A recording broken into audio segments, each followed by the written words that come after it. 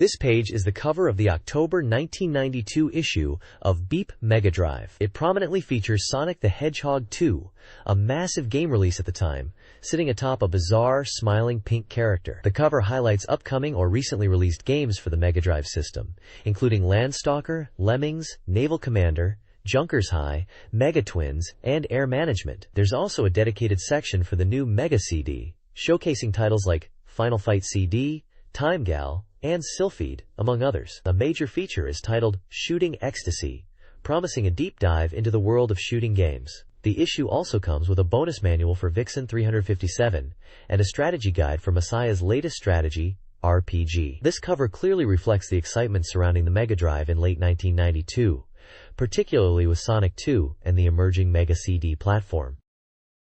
This page features a dramatic full-page spread for Robo Aleste, known as Denjin Aleste in Japan, a key vertical scrolling shooter for the Sega CD platform developed by Compile. The striking artwork depicts a giant robot samurai alongside human warriors and ninjas, setting a blend of feudal Japanese warfare and futuristic sci-fi. The text hails it as the ultimate evolution of the supreme shooting game, highlighting its high-speed vertical scrolling action set against a backdrop of the Sengoku period. Players are promised encounters with massive bosses, described as spanning over 4 screens. The page confirms the game was scheduled for a January 1993 release in Japan for the Mega CD, showcasing the platform's capabilities with its cinematic presentation and intense gameplay. The iconic Sonic the Hedgehog character makes an appearance alongside the Sega logo at the bottom. This page features the return of the classic RPG series Burai with Burai, Legend of the 8 Orbs for the Sega CD, promising a significant upgrade over its original incarnations. The striking anime-style artwork dominates the page, showcasing the main cast of characters including the protagonist with his fiery red hair, the mysterious silver-haired figure, and other diverse party members. Leveraging the Mega Creedy's capabilities, the game boasts enhanced, immersive sound, dynamic battle scenes featuring scaling effects, and extensive anime cutscenes to bring the adventure to life. This version, a reprogrammed port of the 1989 original, highlights the platform's potential for richer presentation. There's also a note about the Mega CD unit itself, positioning it as a hyper-attachment for the Mega Drive. A small side advert briefly mentions a promotion for Sonic the Hedgehog, offering a chance to win Sonic 2 with the purchase of a Mega Drive bundle. This page features Thunderstorm FX, known as Tenbu. Thunderstorm in Japan, an intense 3D virtual shooting game exclusive to the Mega CD. It's highlighted as the first entry in an LD game series, indicating its origins as a pioneering, full-animation experiential arcade game that was popular roughly 8 years prior. Leveraging the Mega CD's capabilities, Thunderstorm FX boasts advanced features such as binaural 3D sound for immersive audio and promises non-stop action with 10,000 frames of graphic full animation, bringing the arcade experience home. The screenshots showcase first-person helicopter combat through urban environments, featuring smooth animation and dynamic gameplay elements like targeting and attacking enemy aircraft. The game casts the player as a one-man peacekeeping force engaged in conflict resolution. This title exemplifies the Mega Creedy's potential to deliver high-quality, arcade-like experiences previously only possible on dedicated hardware. This page announces the second title in the LD game series for the Mega CD, Time Gal. Following Thunderstorm FX, this release is highlighted as a virtual anime adventure where time-traveling crime fighter, Rika, pursues the criminal Luda across time periods. The game promises a non-stop, full animation experience with over 10,000 frames, featuring branching stories influenced by Rika's fate and gameplay mechanics, like using time stop to overcome traps. Screenshots depict various scenes from the game, showcasing the anime style and diverse historical/sci-fi settings. Time Gal is presented as an upcoming masterpiece, emphasizing its origins as a popular LD arcade game brought to home consoles. The next page showcases Yumimi Mix, an exclusive title for the Mega CD from developer GameArts, known for bringing high-quality experiences to the platform. It's presented as delivering the latest anime work by Izumi Takemoto directly to the player via Klydrum, described specifically as an interactive comic. The main artwork features cheerful anime characters in a lively outdoor scene, including the protagonist, a yellow horse-like creature, and a large yellow rabbit or similar character, set against a school backdrop. Small screenshots at the bottom provide glimpses of the game's character art and interactions, highlighting the distinct visual style. This page effectively introduces Yumi Mix as a unique anim-driven adventure game for the Mega CD. This page features Gyuto Wanbura Jiko Chushinya 2, Fierce Battle Tokyo Mahjongland Chapter, a Mega CD exclusive Mahjong title from developer Game Arts, who are clearly strong supporters of the platform. The main artwork depicts several distinct characters, including the stern-looking man with the red cross on his head and the whimsical animated tile seen in the series, alongside more traditional anime-style characters. The game boasts a massive roster of 51 characters, including popular figures requested by fans, as well as newcomers like Alice and Ferruti, promising great variety in opponents. Players can expect significantly improved character animations and expressions compared to previous entries, with more dialogue and full voice acting enhancing the experience. The development team has also refined the AI algorithm, claiming the opponent thinking speed is roughly 3 times faster than their previous Mahjong title, Mahjong Duju. All these characters converge in the setting of Tokyo Mahjongland, described as an amusement hall offering 4 distinct worlds and 16 different game modes or attractions for players to challenge. Screenshots showcase the game's character portraits and the Mahjong table interface. This page features an update on the release of Afterburner 2i for the Mega CD, announced with a whimsical apology delivered by a dinosaur mascot regarding a delay. The main text explains that the launch was pushed back from the original November 20th date to ensure the game met expectations, with developer Cry focusing on enhancing the gameplay and excitement to deliver a top-quality product. The developers express confidence that the final result will be worth the wait. The page prominently displays the game's logo and a screenshot of the jet in action, confirming the November 20th release date and listing the price at 8,400 yen, excluding tax. Additionally, the page highlights Speedball 2 as the initial title in an overseas masterpiece series, focusing on future sports. It presents the Speedball 2 logo, its Japanese name, and details including its 4 megabit room size and price of 6,800 yen, excluding tax.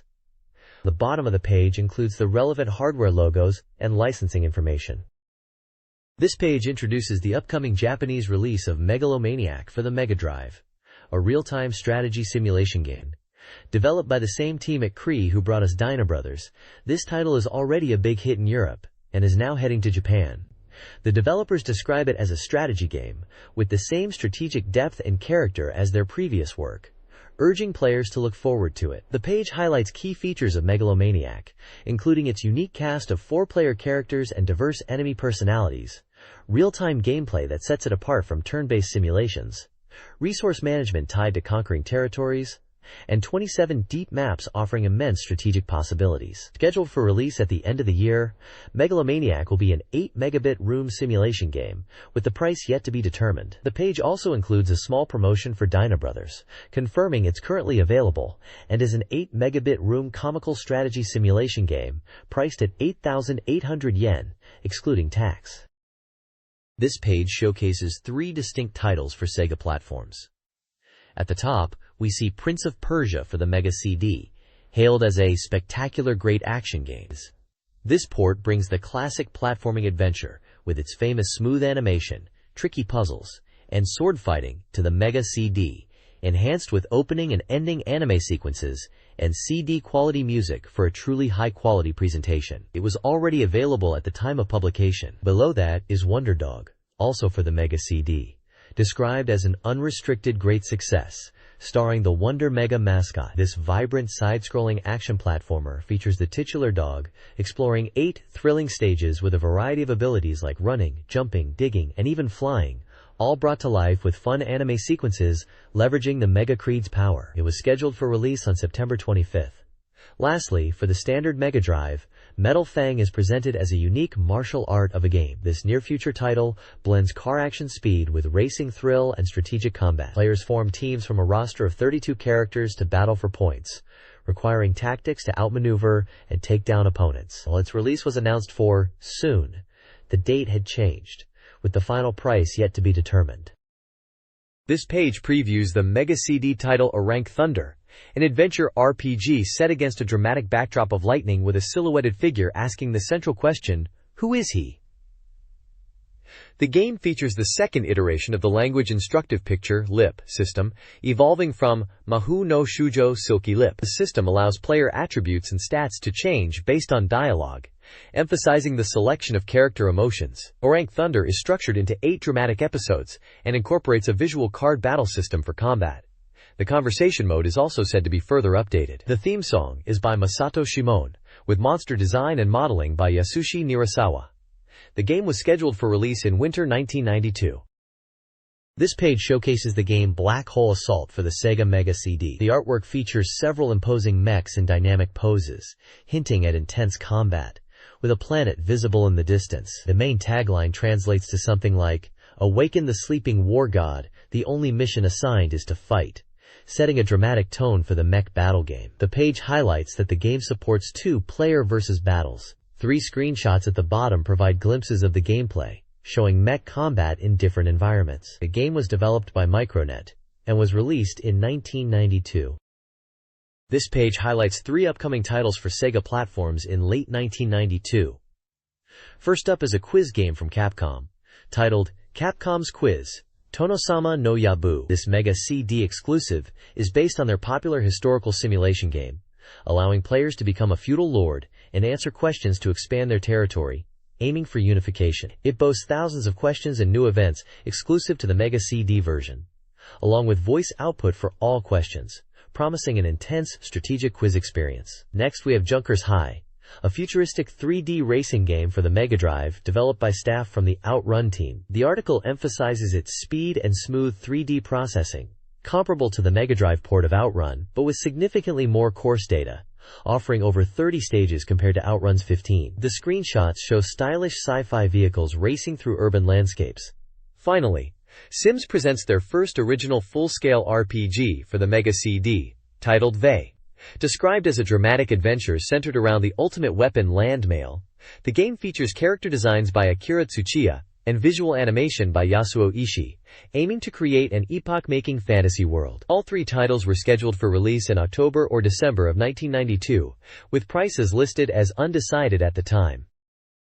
This page features Koei's WW2 naval simulation game, Admiral's Decisions. The artwork depicts stern naval officers, reflecting the serious strategic nature of the game, where you take on the role of a commander, aiming for supremacy in the Pacific Ocean. The core gameplay revolves around making crucial decisions in various scenarios, like fleet movements, refueling, formation, and conferences. Screenshots give a glimpse of the game's interface, showing menus for planning sorties, managing resources, and participating in strategic meetings. The game emphasizes careful planning and strategic thinking to achieve victory. Admiral's Decisions was released simultaneously on both the Mega Drive and Super Famicom platforms on September 24th. Offering this deep simulation experience to players on both systems. This page features the classic Sega Mega Drive title, Landstalker, The Treasures of King Knoll. The page prominently displays the game's protagonist, Ladle, alongside various enemy creatures and important characters like Freydata. It highlights the game's unique isometric perspective, powered by the DDS 520 diamond-shaped dimension system, which brings an impressive sense of 3D depth to the adventure world, departing from traditional flat perspectives. Several screenshots showcase the game's dungeon crawling and exploration gameplay from this signature viewpoint. Text describes Lyle's quest as a treasure hunter on Mercator Island, seeking the riches of King Knoll, and encountering rivals and challenges along the way. The page emphasizes the game's immersive virtual adventure experience, made possible by its innovative graphical system. There is also a small mention of a promotional offer related to purchasing a Mega Drive console bundled with Sonic the Hedgehog.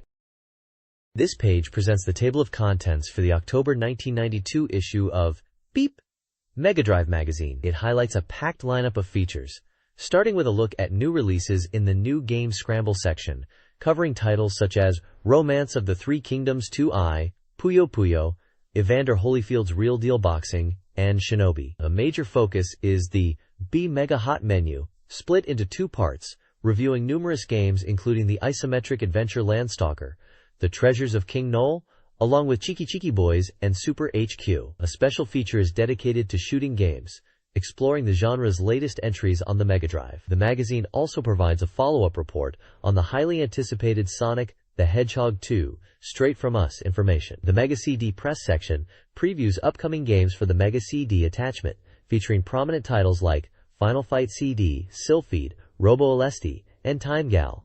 In addition to game coverage, there's a call for French correspondence related to the magazine Megaforce, and regular columns covering news, reader contributions, cheat codes, and even features on other systems like the Game Gear and Neo Geo. The page also notes a special appendix providing a basic manual and strategy guide for Messiah's simulation game, Vixen 357. Screenshots on the left show a scene from a fighting game, likely Final Fight CD, and an isometric view characteristic of Landstalker. Overall, this issue offers a broad overview of the Mega Drive landscape in late 1992. This page provides shop data for Sega's Mega Drive and Game Gear consoles, showing sales rankings based on store reports. The Mega Drive section highlights the top 10 sellers, noting a summer rush of new releases. Leading the pack is the racing simulator Ayrton Senna's Super Monaco GP2, followed by the dodgeball game Dodge Danpei, and the highly anticipated shooter Thunder Force IV. Other new entries include the robot action game Detonator Organ, the golf title Top Pro Golf, the multi-sport game Olympic Gold, and the shooter Glee-Lancer. Popular previous titles like King Colossus, Lunar, the Silver Star, a Mega CD title, and the original Sonic the Hedgehog continue to hold strong positions as their sequels or related games are anticipated. Screenshots show action from Ayrton Senna, Dodge Danpei, Thunder Force IV, King Colossus, Lunar, Sonic, Olympic Gold, and Glee-Lancer. The Game Gear section lists the top 5 popular games, indicating a slightly quieter summer for the handheld, but anticipating more releases. Topping this chart is Sonic the Hedgehog, demonstrating the blue blur's continued appeal across platforms. Other games featured in the top 5 include a Mahjong title, a baseball game, Olympic Gold, and Hyokuri Hayotenjima. Screenshots show Sonic and the Mahjong game. The analysis notes the Game Gear Sonic is comparable to its Mega Drive counterpart. This page dives into what games Mega Drive users are hoping to see ported, as well as the current top arcade titles. The User Data section, titled User Data, Games Users Want to be Ported Top 20, highlights requests from Mega Drive owners. It notes that following the port announcement for Final Fight, other popular titles like Romance of the Three Kingdoms 2 and Record of Lodoss War have also been decided or announced for porting, suggesting a wave of exciting new releases is on the horizon. The top requested games include the Street Fighter II series, Princess Maker, and Arabian Fight. Visuals accompany the text, showing screenshots from Romance of the Three Kingdoms 2, Record of Lodoss War, and the Laserdisc classic Time Gal. The lower section, Shop Data, telling you the latest popular video games, shifts focus to the arcade scene based on reports from various game centers. While Street Fighter II continues its dominant run at the top, the article points out that other games are fiercely competing for popularity, posing the question of who the next big star might be. The top 5 list features Street Fighter II, Super World Stadium 92, Coca-Cola Suzuka 8 Hours, X-Men, and Tatsujin O, known internationally as Truxton 2. Screenshots showcase the action from X-Men and Truxton 2. This page presents the User Data, Anticipated New Games Top 20, a ranking based on user responses. It notes that the ranking has been volatile recently, but popular upcoming titles are entering the list, and potential future releases like a Mega CD Final Fight port could shake things up further. Leading the charge at number 1 is the 3x3 Eyes game, RPG per Candela, with 101 points, described as beating strong contenders to take the top spot, with mentions of mysterious NPCs adding intrigue. Following closely at second place is Phantasy Star IV RPG, with 91 points, making a strong debut as the highly anticipated conclusion to the series, promising to reveal all its mysteries. Sonic the Hedgehog 2, Act 8 meters, takes third with 66 points, marking Sonic's return with time travel elements, diverse stages, and 2-player fun. The fourth spot goes to Landstalker, the King's Valley, RPG 16MB.4, scoring 60 points for its realistic 3D RPG style and vast world as the first 16-megabit title. Rounding out the top 5 is Streets of Rage 2, Act 16M, with 44 points, praised for its powerful 16-megabit action, larger characters, new fighters, and retaining the classic beat-em-up feel. The list continues, with anticipated titles ranked from 6th to 20th, showcasing the excitement for upcoming Mega Drive releases.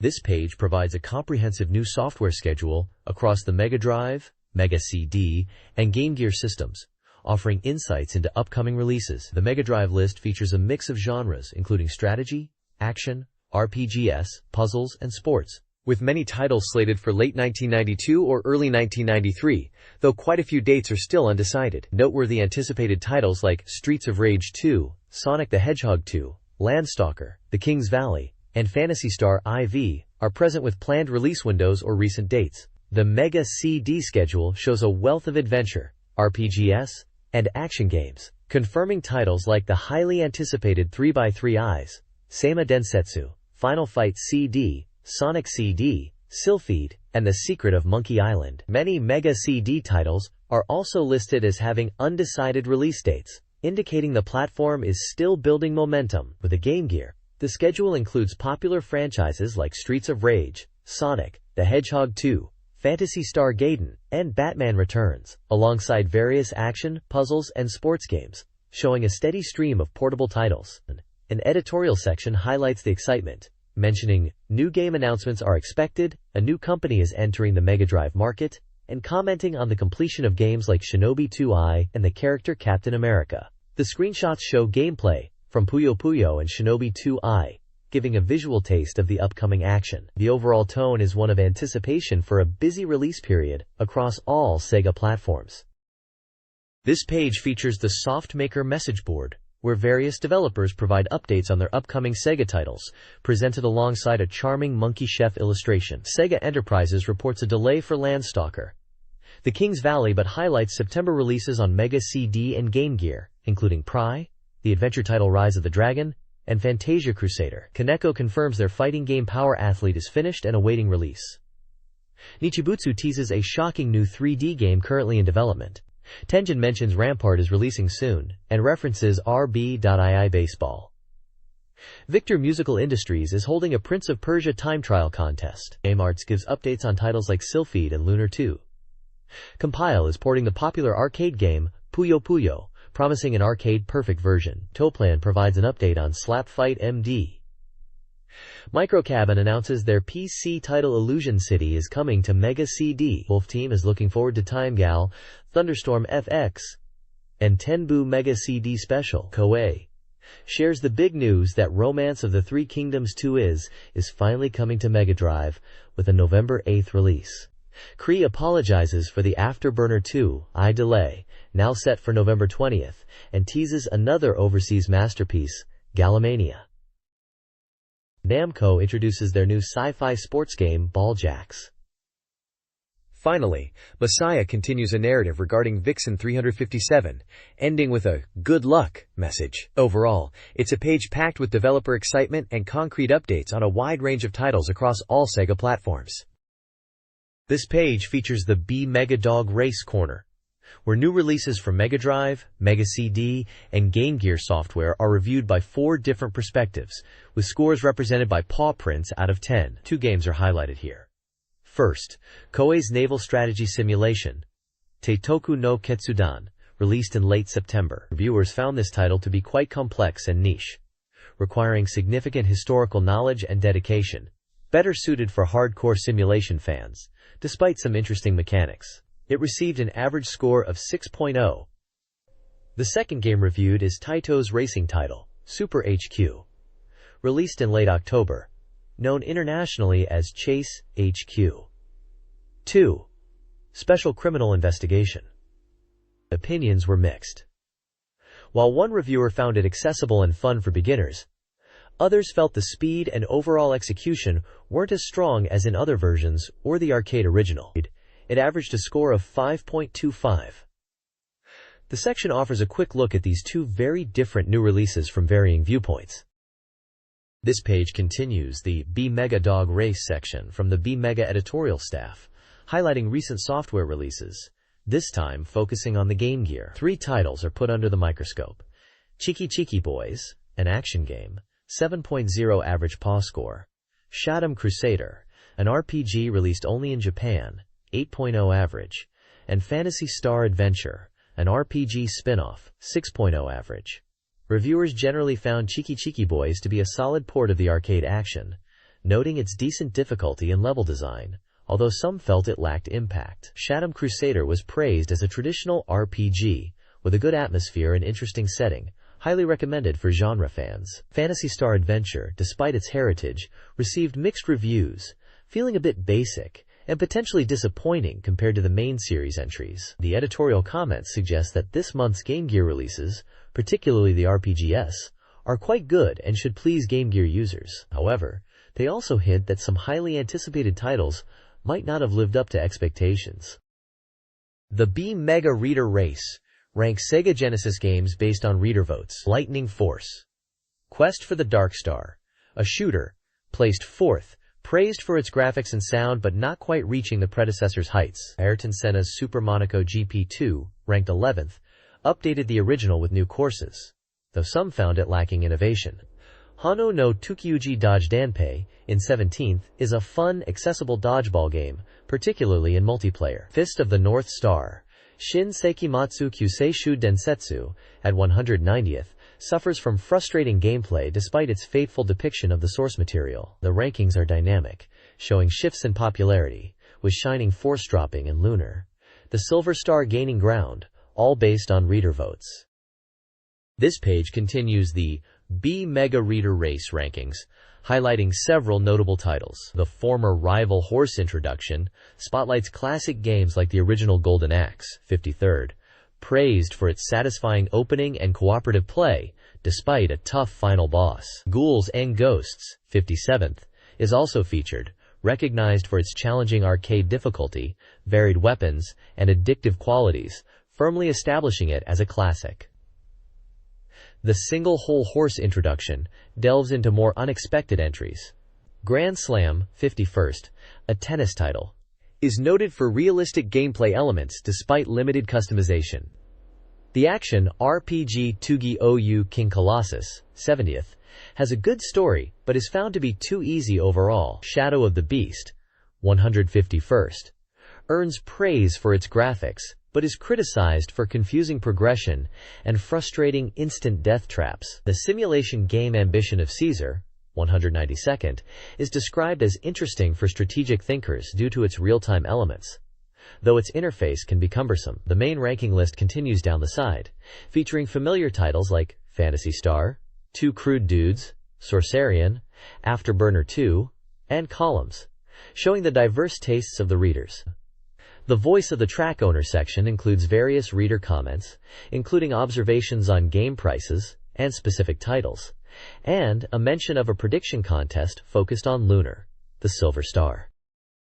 This page continues the Mega Reader Race rankings, showing more results further down the list. The main feature is a detailed look at Sonic the Hedgehog, presented as a famous horse introduction. It's listed as placing 6th in the 19th race, with stats like its breeder, Sega, birth date, 91.7.26, price, 6,000 yen, genre, action, and past race results. The review highlights Sonic as Sega's image character, praising the game's incredible sense of speed, especially the jet coaster feel. It notes the user-friendly design like the ring system and simple controls, while also mentioning the increasing difficulty on later acts might frustrate some. The article touches on Sonic's widespread popularity, reaching both casual and hardcore players, and credits its impressive power to instantly captivate players. The Mega Data section shows a graph of reader votes for Sonic's odds, demonstrating its strong support. Finally, a section called Leave It to the Readers features comments from players, including praise for the speed and excitement, anticipation for the sequel, and some criticism regarding the difficulty and navigation on later stages. The Words for the Famous Horse this month section suggests improvements for Sonic 2, emphasizing speed focus and a level select feature, and even humorously suggests adding drive. Eggman's Brothers. This page dives into the second Mega Reader Race manufacturer Bloodline ranking, detailing how different software houses are performing based on reader votes. GameArts takes the top spot with an impressive average score, setting a high bar. The article highlights other companies like Koei, Toaplan, and Technosoft doing well with multiple releases, while urging giants like Sega and Taito to step up their game. There's a call for readers to join the Mega Reader Race, offering cool prizes, including a Genesis console and a favorite Mega Drive game for submitting reviews. The page also features 2 prediction games, The One Chance game asks readers to guess the finishing rank of Thunder Force IV, mistakenly listed as Thunderstorm FX, with the editor predicting 23rd place, shown with a screenshot of the game. The Double Chance game challenges players to predict the average reader score for Namco's upcoming Splatterhouse Part 2 when it first appears in the rankings, featuring a screenshot from that game. Finally, the editorial review wraps things up, noting the emergence of hot new titles like Thunder Force IV and Super Monaco GP2, and observing the dynamic shifts in rankings throughout the list. The extensive odds table continues on the right, listing many more games ranked by their reader scores, showing the breadth of the Mega Drive library being evaluated. This page is packed with news and events from the world of Sega and arcade gaming. The AM show is featured, noting its first public day and the presence of household games alongside arcade cabinets. Namco showed off impressive VR's driving tech with SimDrive and As One, while Sega's booth highlighted Mega Drive titles like Dragon Spirit. Other companies brought popular arcade hits, like Capcom's Street Fighter II Turbo and Dynasty Wars 2. CSG held a multiplicity new title announcement event across Japan, specifically timing it around the release of the rival Dragon Quest Versus. The big focus was the hotly anticipated RPG Landstalker, The King's Valley, highlighted for its large 16 meters room size, suggesting it's a major push for the Mega Drive against the RPG giant. Other exciting titles like Final Fight CD and Streets of Rage 2 were also showcased. Meanwhile, a Mega CD Experience event at Disc Union Kashiwa featured a Super Monaco GP2 tournament and a dedicated DSP theater where players could enjoy Mega CD games on massive screens with powerful sound, giving fans a taste of the future. Even a giant screen event at Shinjuku Alta showcased Super Monaco GP2, proving the racer's popularity. This page is packed with news and information from the BeepMD world. We've got updates on various happenings across the gaming scene. There were special lectures held at Human Creative School, with industry veterans sharing their insights. Enix Academy also hosted a job fair where major game companies like Sega and Namco came to recruit aspiring creators. Sounds like a fantastic opportunity. Exciting events were underway, including the Kurikuri Mega Battle in Ikebukuro, featuring a massive setup with 60 monitors showcasing Mega Drive games, and even a Super Monaco GP2 tournament. Speaking of Super Monaco GP2, there was also a championship event sponsored by OHK Broadcasting that really heated things up. A cool new urban AM facility called NFL Experience American Sports and Game opened in Shibuya, combining sports, dining, and arcade games like UFO catchers. For fight game fans, a video guide for Street Fighter II Champion Edition was released, offering tips to improve your arcade game. Plus, the popular RPG Dragon Slayer, The Legend of Heroes, is getting an anime adaptation. Finally, there's a section highlighting various music CD releases, including soundtracks for games like Truxton 2, a Konami collection featuring music from Sunset Riders, Asterix, and Hexion, an album themed around Fina from YS, and more. It's clear the music scene around gaming was thriving.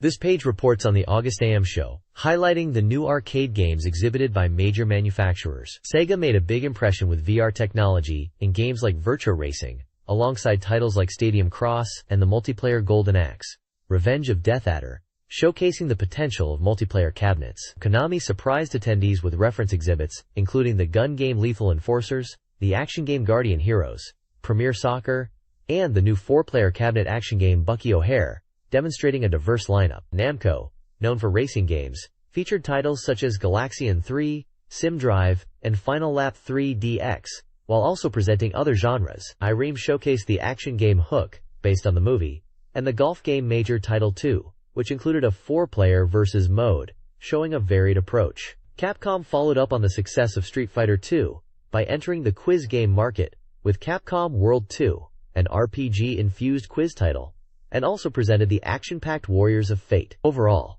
the show featured exciting new arcade experiences across various genres. This page previews 3 upcoming Genesis games.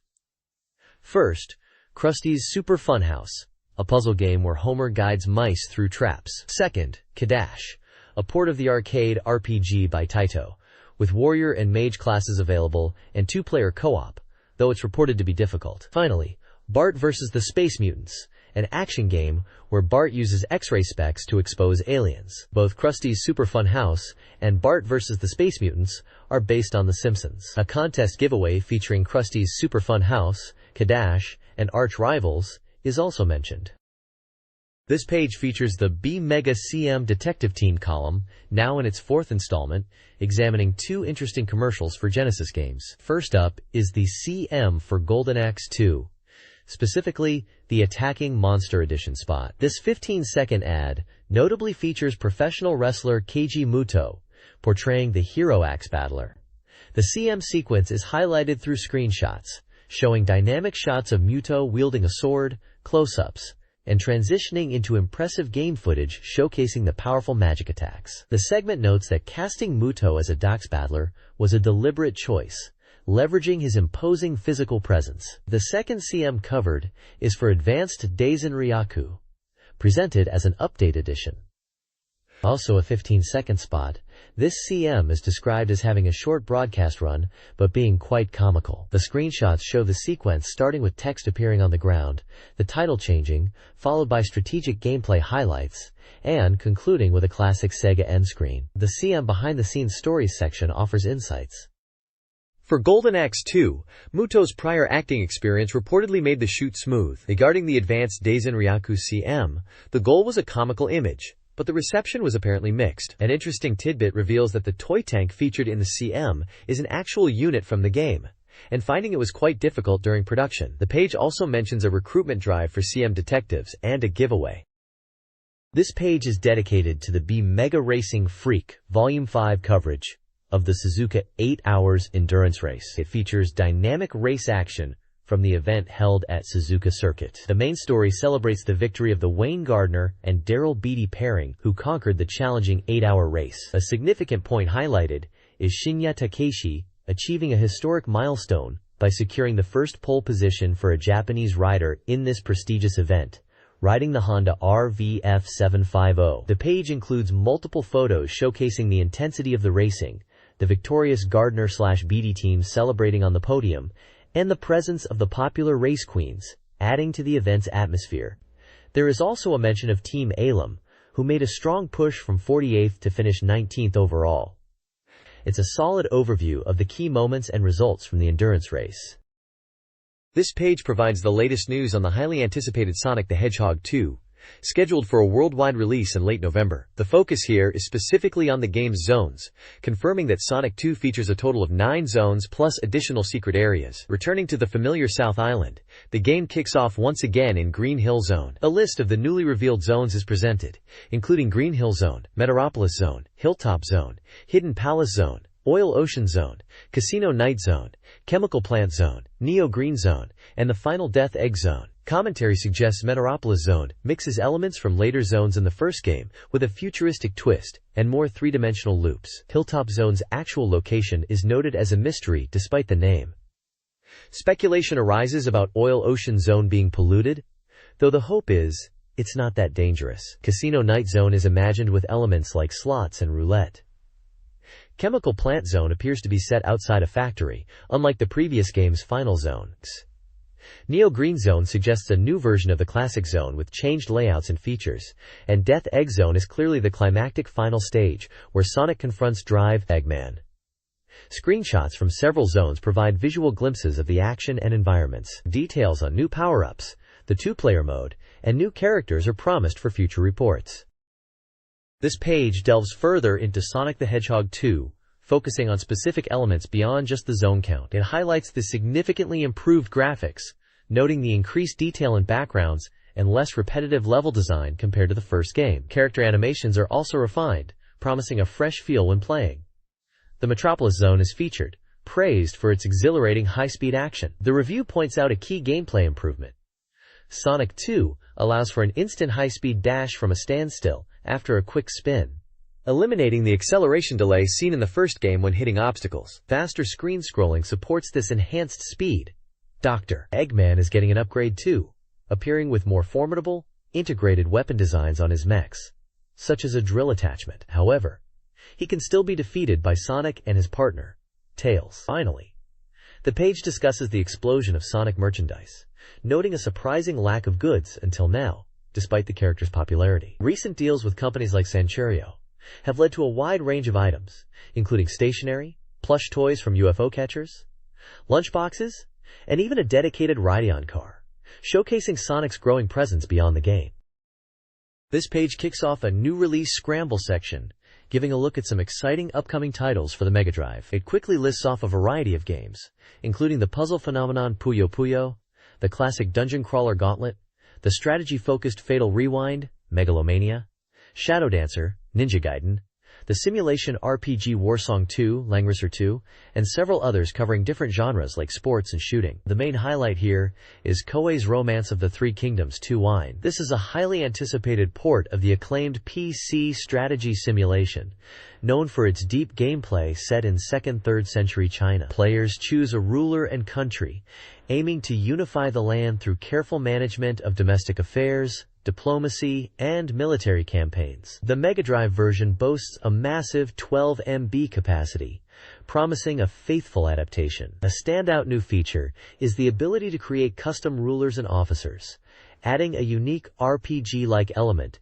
as you raise your self-made force to power. The game also features strategic battles influenced by time and weather, and supports up to 8 players. The screenshots show diplomatic meetings, the strategic map view, character portraits of famous officers, and battle scenarios, emphasizing the detailed simulation aspects praised by the reviewer.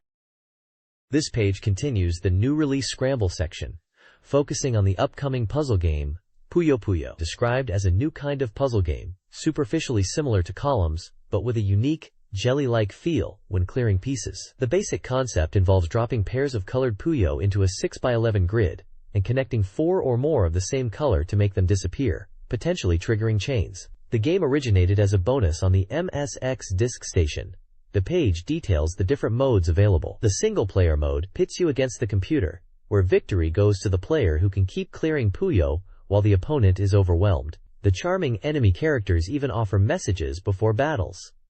The two-player mode is highlighted as the main draw, allowing human versus human competition. This mode features adjustable difficulty through Ojama Puyo, Garbage Puyo, settings, visually indicated by the color intensity of a curry dish. Screenshots show various gameplay scenarios, character portraits like Argyle and Skeleton, and training or lesson modes. There's also an endless mode for 2 players, which is not a versus mode, but a survival challenge, where large Puyo appear. Puyo Puyo is set for an October release. This page continues the new release scramble section and focuses on the upcoming Mega Drive port of the arcade classic, Gauntlet, described as an action RPG for 4 men and women. Known for its simultaneous 4-player dungeon-crawling action, the game is currently 80% complete and slated for a November release. The article recaps the original arcade game's impact, with its revolutionary graphics and intense, monster-filled gameplay. You can choose from the 4 iconic characters: the powerful warrior, the magic-focused wizard, the balanced Valkyrie, or the swift elf, each with distinct strengths and personalities suited for tackling the maze's dangers. An interesting technical deep dive explains how the game manages to display far more on-screen characters than the Mega Drive's typical sprite limit, using a clever programming technique involving the raster line to swap sprites mid-screen. This method also enables the display of over 64 colors, pushing the hardware's capabilities to bring the arcade experience home. This page continues the new release scramble coverage with 2 more upcoming titles. First up is Meijin Saga, an action game based on Go Nagai's manga. It combines standard beat-em-up gameplay, compared here to Golden Axe, with a unique big mode where you control a gigantic character battling colossal enemies. The reviewer notes the animation is incredibly smooth, especially for the giants, which look fantastic in the screenshots, and feels the overall quality is high even at 50% completion. Below that is Evander Holyfield's Real Deal Boxing. This is a simulation game where you create your own boxer, customizing their appearance and distributing ability points. You start your career at rank 30 and must work your way up, taking on opponents to eventually challenge Evander Holyfield himself, who appears in the game as the reigning champion. It's highlighted that reaching the top and defeating Holyfield will be a significant challenge. The new release scramble features 3 games. Balljacks, a fixed-screen action game from Namco, tasks players with controlling a mech to steal balls. It highlights Namco's originality, with a potential 2-player mode. Megalomania, a simulation game from Cree, puts players in the role of a god guiding a tribe through resource management, invention, and warfare across 28 islands. Gameplay progresses through technological eras.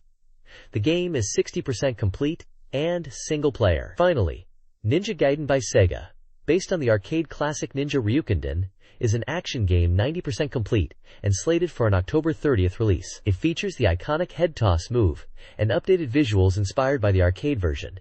It is a single-player experience. This page continues the new release scramble, showcasing 2 more upcoming titles. First up is Knuckle 50, an intense action game where you face enemies from 16 directions. Development saw significant delays due to major graphical overhauls, which the magazine notes was a substantial undertaking.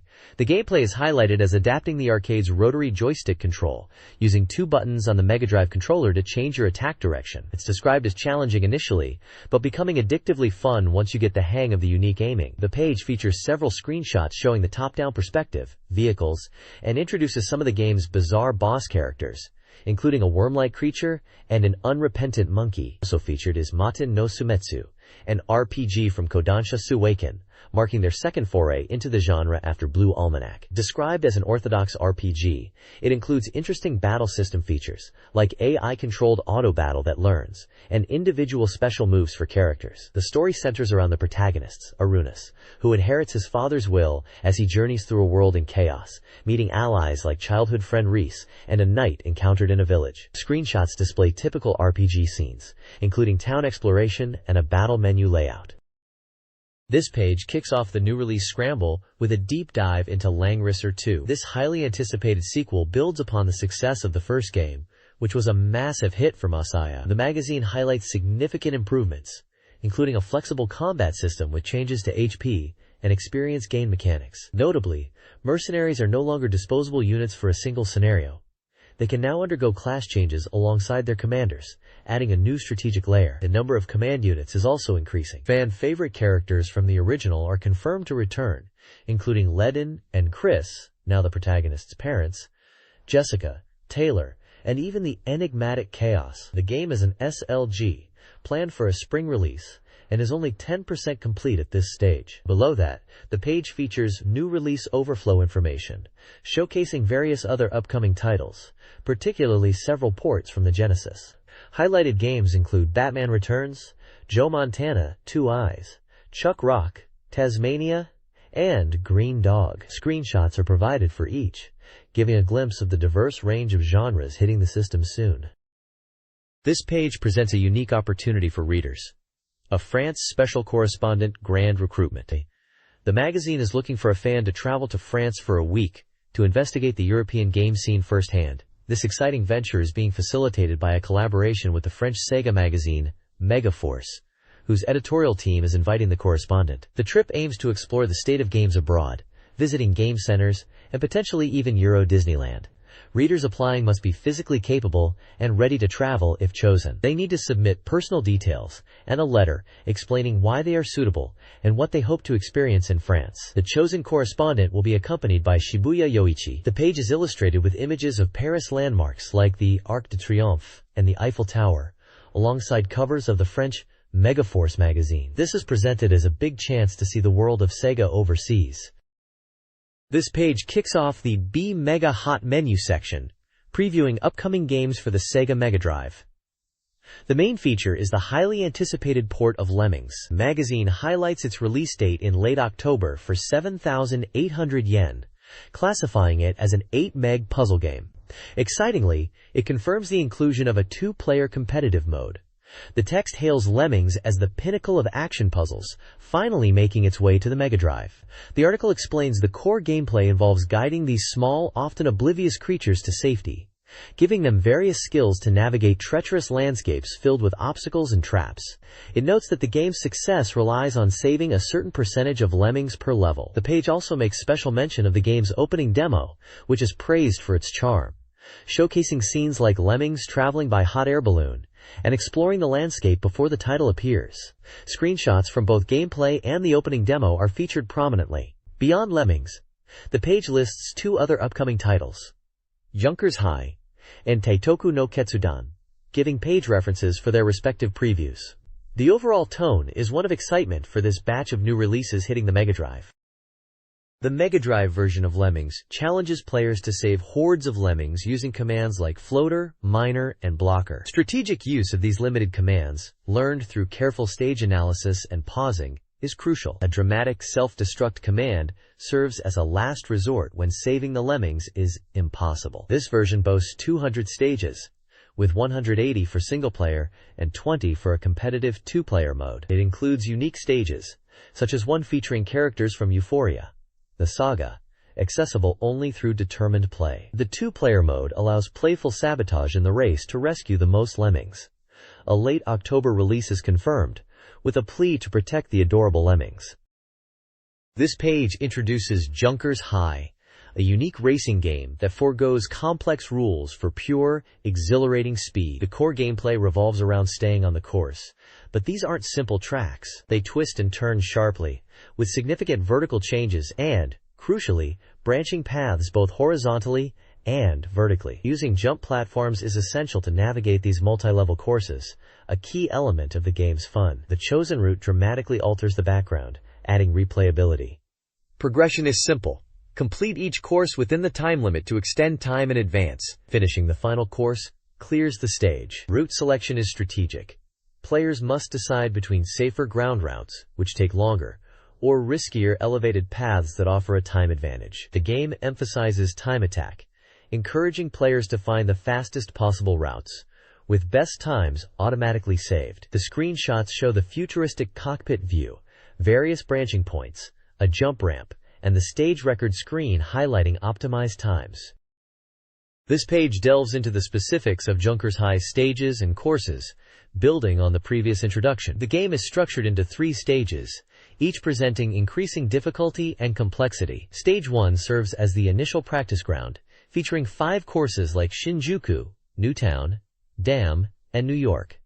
You only need to clear 3 to advance. These courses introduce basic concepts, with wide roads and minimal curves, progressing to tunnels, elevated tracks, and more turns, culminating in the challenging night view of city with intense elevation changes. Stage 2 steps up the challenge with 6 courses, requiring you to clear 4. This stage introduces environmental hazards like sand in the Great Western Sand Dunes, slippery conditions, and precarious elevated tracks in Poseidon Temple. Crucially, jump platforms appear in Egyptian ruins, essential for navigating broken roads and shortening your time. Pitfalls also make their debut in Angkor Wat, adding a new threat.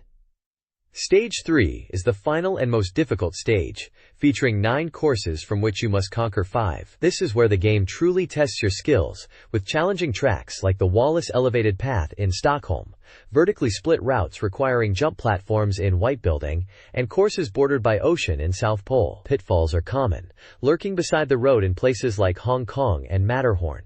These courses demand determination and precise navigation. The developers explain that the name Junkers High combines the game's signature branching junctions with the exhilarating feeling the game aims to evoke. This page features the simulation game Teitoku no Ketsudan, The Admiral's Decision, a strategic SLG that puts players in command of naval forces during World War II. The article guides newcomers, suggesting they start with the beginner-friendly Pearl Harbor attack scenario. It stresses the crucial step of inputting data for your admirals before launching the operation, highlighting that these parameters significantly influence their performance in categories like fleet, air, battle, command, and service. The game's historical context is explored, focusing on the path from the tactical success of the Pearl Harbor attack, which marked a shift towards air power, to the strategic turning point at the Battle of Midway. Players are strongly advised to save their game early, as initial commander decisions can drastically alter the course of the operation. The article underscores that even minor choices in timing in this complex simulation can lead to vastly different outcomes, making timely saving essential. The game is noted for its depth and adherence to historical background. This page continues the look at The Admiral's Decision, specifically diving into the initial stages of the Pearl Harbor attack scenario. It immediately presents the player with a crucial decision: attack the Icarius Pacific Fleet in Pearl Harbor with carrier aircraft, or prioritize finding and sinking enemy carriers that may not be in the harbor. The article emphasizes the importance of not getting tunnel vision on the main attack, and instead paying close attention to incoming intelligence messages. It warns that overlooking information, especially regarding enemy fleet movements, can lead to being caught off guard by counterattacks from untouched US carriers. Screenshots illustrate the game interface showing battle status, incoming messages about enemy sightings, and fleet positions. A large section details the historical Pearl Harbor operation, including a map illustrating the movement of the Japanese fleet and the deployment of submarines surrounding Hawaii, highlighting how the U.S. Pacific Fleet was effectively encircled. The article points out that while the game's submarine combat might not be fully detailed, understanding their historical placement from the map is key to appreciating the overall strategy.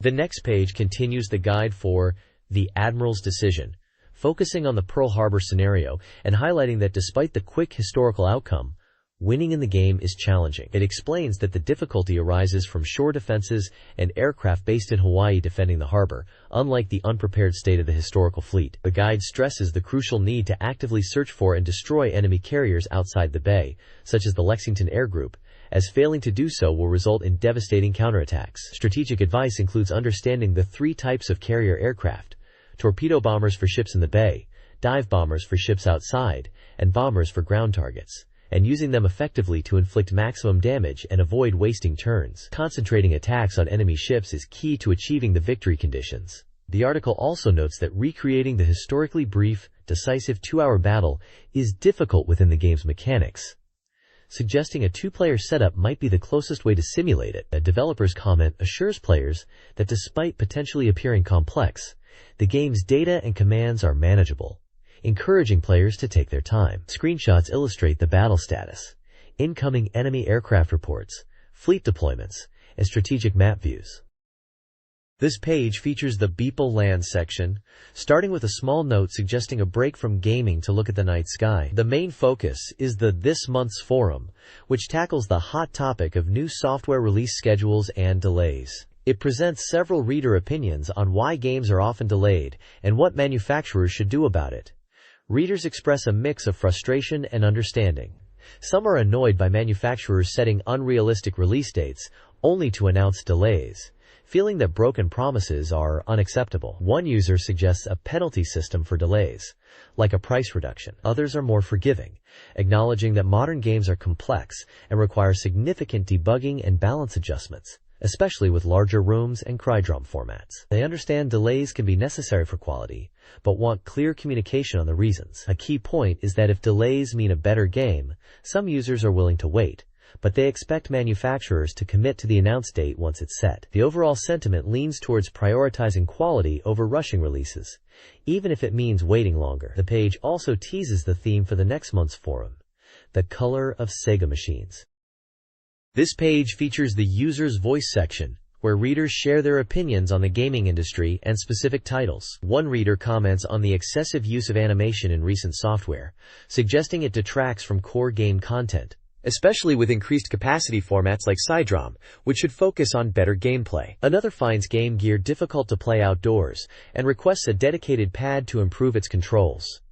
There's also a call for more horse racing games on consoles. Readers also discuss specific games.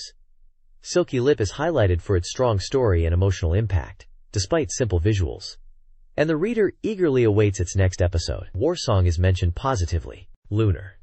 The Silver Star on Mega CD receives high praise for its story, which feels fresh compared to typical RPG plots, and the overall quality of the game and its staff. The page concludes with reader-submitted illustrations featuring games like Elysia Dragoon, Landstalker, and Lunar, and a brief note about the section's purpose and a request for ideas on utilizing old Mega CD information. This page is the BeepMD reader feedback section, continuing the discussion from the previous page. Readers submit their opinions and illustrations related to Mega Drive games and the industry. One reader praises Thunder Force IV, highlighting its intense opening, graphics, and unique vertical scrolling, though noting frame rate issues. Another reader discusses Detonator or Gun, finding it surprisingly short for its price. Comments also touch on Wyvern Fard, with one player finding it addictive but short-lived, completing it in just 2 days. Another reader expresses newfound enjoyment for Doraemon Yuju Densetsu, citing its touching story. The page also features reader-submitted illustrations for various titles, including Prince of Persia, Chelnov, Madhu Monogatari, Phantasy Star IV, and Gunstar Heroes. Comic strips illustrate the frustrating button mashing required for the 100 meters race in Olympic gold. A concluding note mentions hopes for sequels like Battlemania 2. This page continues the BeepMD reader feedback section, packed with diverse opinions from MegaDrive fans. One reader sent in a prototype interface board for a MegaDrive mouse, noting its compatibility with games like Afterburner and Space Harrier, suggesting its potential for strategy titles. Feedback highlights specific games, with excitement for Lunar on Mega CD and praise for Thunderstorm FX. One reader was surprised by the emotional depth found in Silky Lip, initially mistaking it for an anime. Discussions also touch on upcoming sequels and whether they can live up to the originals. Illustrations feature prominently, including reader art for Lunar and a striking drawing of a dragon. There's also a playful note about the cute title screen character, Tails, from Sonic 2. This page continues the BeepMD reader feedback section, starting with an apology regarding the September issue. It addresses errors in release schedules and game listings, specifically mentioning Super Blockbuster, Power Athlete in Japan, Baby Nova, possibly Baby Joe or another title with an error, and Wonder Boy, likely Wonder Boy in Monster World or similar. Kaneko and Victor Musical Industries are also noted in relation to these corrections. A significant portion of the page is dedicated to announcing the winners of the August issue's prize giveaway, featuring numerous recipients who won various items, including Mega Drive and Game Gear software, signed papers, crids, phone cards, and overseas magazines. On the left, a 4-panel manga strip titled MD-kun Theater provides a humorous take on the Sega mascot character MD-kun. The strip depicts various comical situations, with reader comments below touching on themes like competitive society and work. The remainder of the page outlines the submission categories for BeepMD. Readers are encouraged to send in their thoughts and creations, covering a wide range of topics such as opinions on game consoles and hardware, direct feedback or complaints for the game industry, game impressions and reviews, even diagnosing issues with titles, humorous stories and jokes in the Pin Talk section, general complaints or rants, and illustrations, especially drawings of MD-kun. The address for submitting contributions is also provided. This page features the 6th volume of Sims Tsushin, dated September 8, 1992, published by Sims in cooperation with BeepMD magazine. The main highlight is a special reader participation project for the Sega CD-RPG VE. Readers are invited to submit their original monster designs, complete with attack methods and locations, for a chance to appear in the game. Alternatively, they can apply to be depicted as residents within VE's world, providing their name, a simple illustration, and dialogue. The project offers prizes for selected entries and a lottery for others. The deadline for submissions is September 30, 1992. The article includes illustrations of VE characters and a game screenshot. Also featured is an emergency announcement for a new Sega Game Gear title, In the Wake of Vampire. This original action game is set in 19th century London, where protagonist Drive Ferdinand von Social investigates mysterious murders attributed to a vampire. The publication expresses high confidence in this pure action game, which is slated for an October release. Screenshots showcase platforming gameplay with combat against various creatures. Finally, a small note at the bottom announces the postponement of the Junkers High Game Tournament, previously announced for August, due to a game release delay. This page features the final episode of The Dangerous series. Sims reveals secret software info, which delves into the mystery of the final bug in a game, likely Golden Axe. The story follows a programmer recounting the hectic development process, staying late at the office, and the discovery of a major bug right before the final room submission. The final boss went berserk! He reflects on how stressful this was, but also expresses fondness for the game, despite the difficulties. A small manga strip accompanies this story, showing a comical take on the development crunch and bug fixing.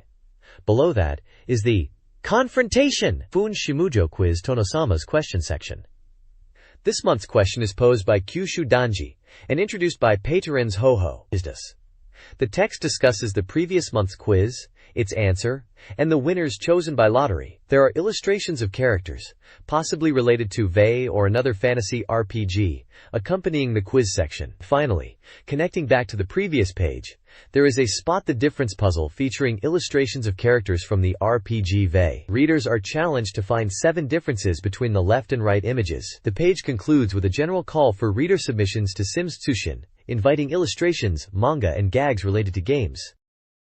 This page presents another segment of the Sims Tsushin feature, this time titled, Dogen's Dojo of Maxims, under a summer vacation special banner. The core of the page is a conversational dialogue between 2 individuals, labeled Do and Ta. They discuss various topics in a casual, sometimes humorous manner, including the magazine's content, reader submissions, and even mention the demanding development process for games like Landstalker, The Treasures of King Knoll.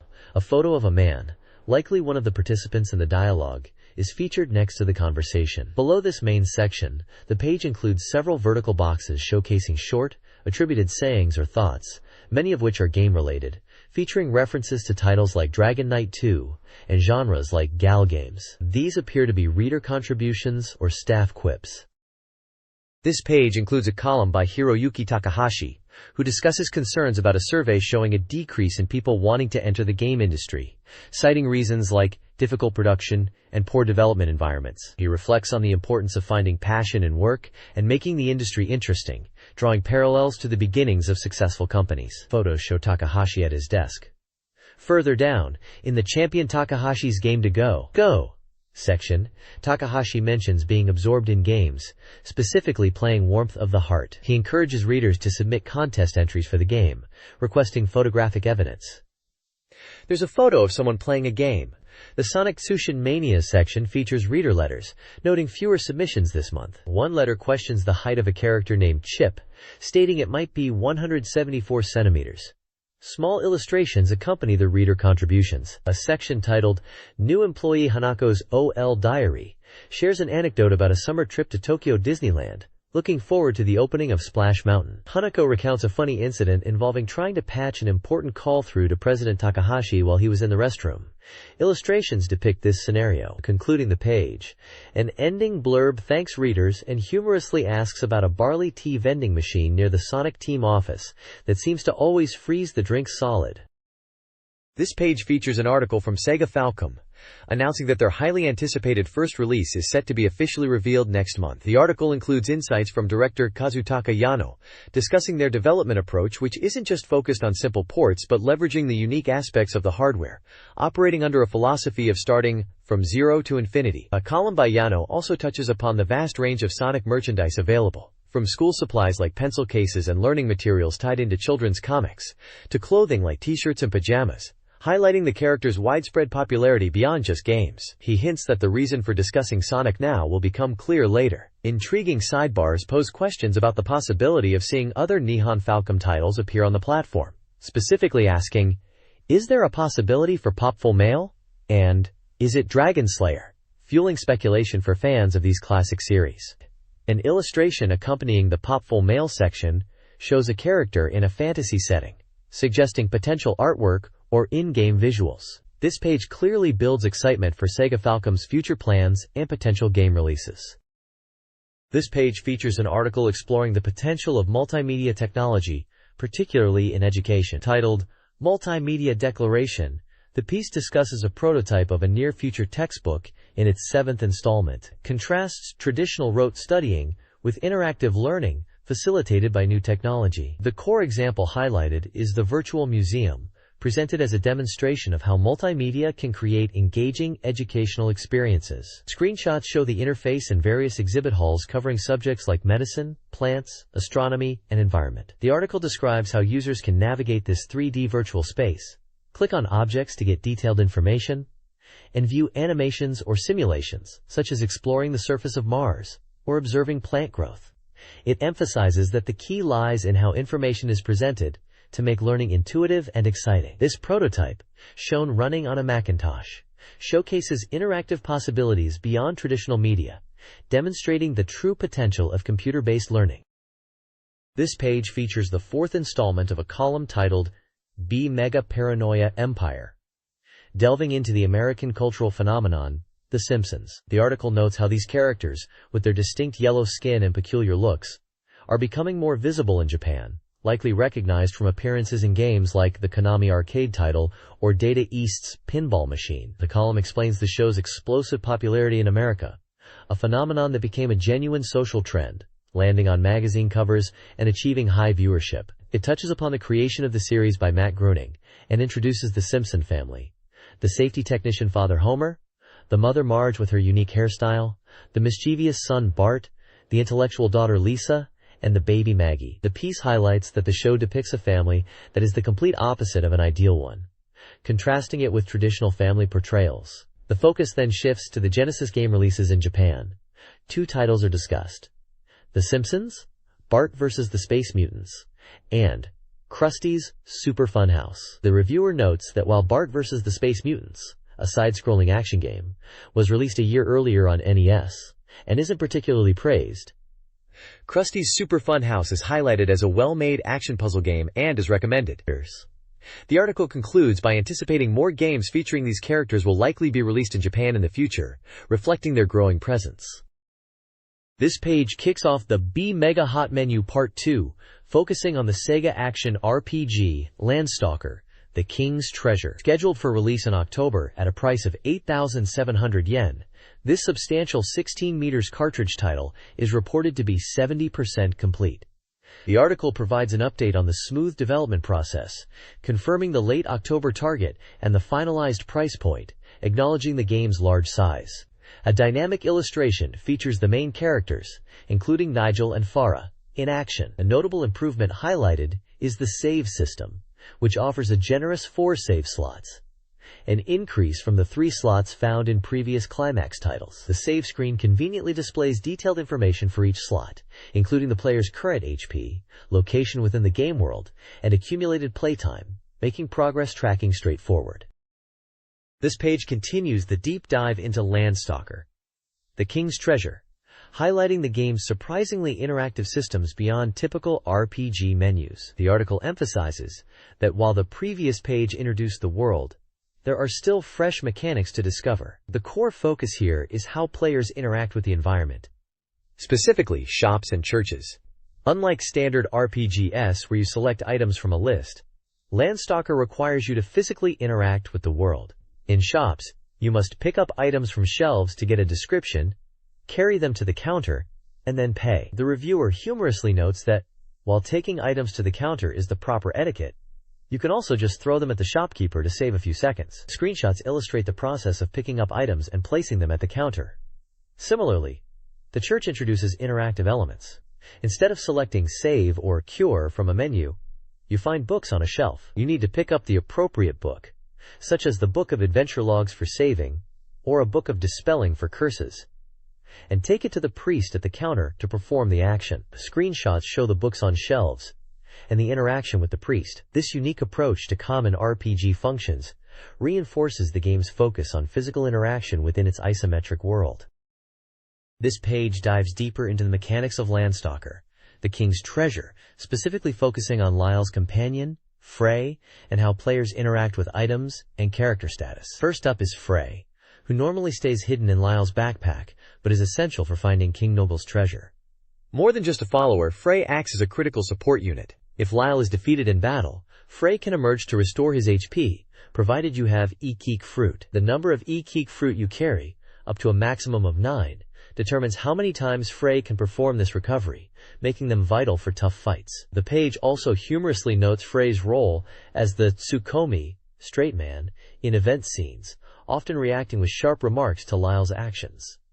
Beyond relying on Frey, Lyle can also use E-Keek fruit himself to recover HP. The page then explains the simple item system.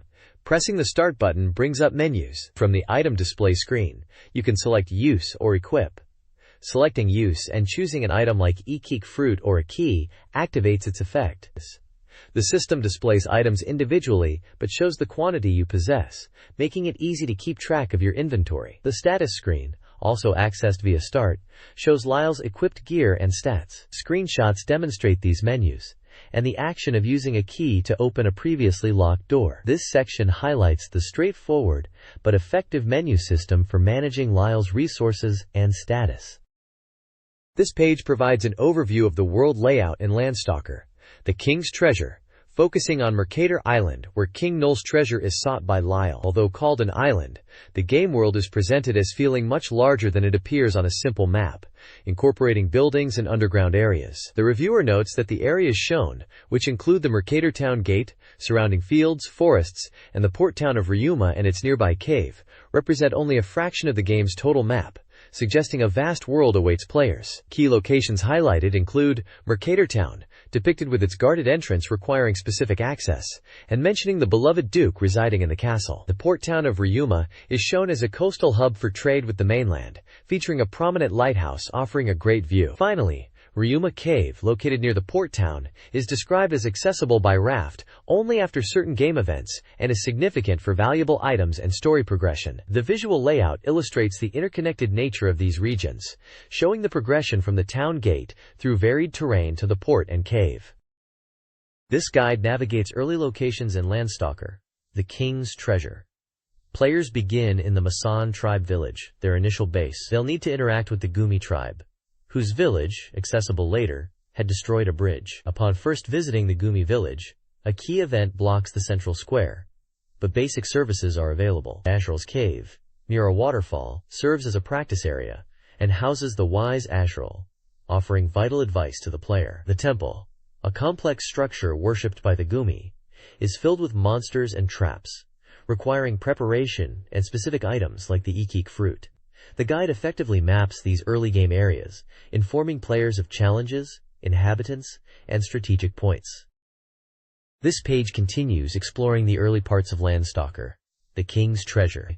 It details the very beginning of Lyle and Friday's adventure upon arriving on Mercator Island via Deltor III. The starting point is a cave, described as a tutorial area to get accustomed to the controls and gameplay. Inside, important items can be found in treasure chests, including a life vessel that increases maximum health. The guide notes there are no monsters in this initial area, encouraging exploration. Near the cave exit, approaching a large tree triggers a sudden event. The floor then collapses, leading to a tense moment where Lyle must evade a large rolling iron ball. The guide points out a convenient raft needed to proceed after escaping the boulder hazard. Screenshots accompany the text, showing key locations like the cave, the strange tree, and the iron ball sequence, illustrating the progression and challenges of the game's opening. This page details Lyle's arrival and initial exploration of Mercator Island in Landstalker. After washing ashore unconscious, Lyle is found by Farah of the Masan tribe and nursed back to health in their village. The page includes a map of the Masan village, highlighting key locations like the elder's house, inn, and item shop, emphasizing it's a place to rest and gather information. Talking to the villagers reveals important details, including the existence of an old man named Ashral, living near a waterfall southwest of the village, and the ongoing tension between the Masan and Gumi tribes. A broken bridge prevents travel to the Gumi village directly, directing the player towards the waterfall instead, guided by a signpost. Near the waterfall is an entrance leading into a cave or dungeon. This area features monsters like slimes and orcs or trolls, requiring navigation through puzzles involving moving plates and switches. The goal is to reach Ashral, who waits deeper inside and holds crucial information for continuing the adventure. This page covers the dramatic turn of events in Landstalker after meeting Ashral. Returning to the Masan village reveals that Farah has been kidnapped by the Gumi tribe, throwing the village into a panic. Although the animals remain strangely calm, the direct path to the Gumi village is blocked by guards, but your companion, Friday, discovers a clever alternative route hidden along the cliffs. The page also highlights a perplexing treasure chest on a high platform that seems impossible to reach at first glance, hinting at Landstalker's signature hidden pathways. You'll encounter tough enemies like the agile orc soldier and the troublesome Ruffled, who can hide and spread dust. A helpful map of the Gumi tribe village, showing key locations like the elder's house and inn, is also included, preparing you for the infiltration to rescue Farah. Lyle arrives at the Gumi village to witness Farah's planned sacrifice. He's captured. Then the tribe departs, leaving behind an inn and church. Players must buy healing items and save before heading to the shrine. The journey involves dangerous monsters and a fleeing Gumi tribesman who holds a key, The shrine entrance is guarded by Masan tribesmen who provide clues. Inside, players navigate traps like rolling balls and disappearing floors while battling enemies. The objective is to rescue Farah in the innermost chamber. Treasure hunting is secondary. The page ends with the dramatic image of Farah's impending sacrifice, prompting the player to act. This page continues the guide for Landstalker. Having rescued Farah and dealt with the shrine's master, the conflict between the Masan and Gumi tribes has ended, and their villages are now peaceful. The guide recommends visiting both. In the Masan village, the chief expresses deep gratitude to Laila Gal for saving Farah, offering a jewel as a gift. Meanwhile, the Gumi villagers have returned to normal. Although they don't recall their actions, they have helped clear the path to the port town of Ryuma, making it passable again. The guide notes their apologetic demeanor.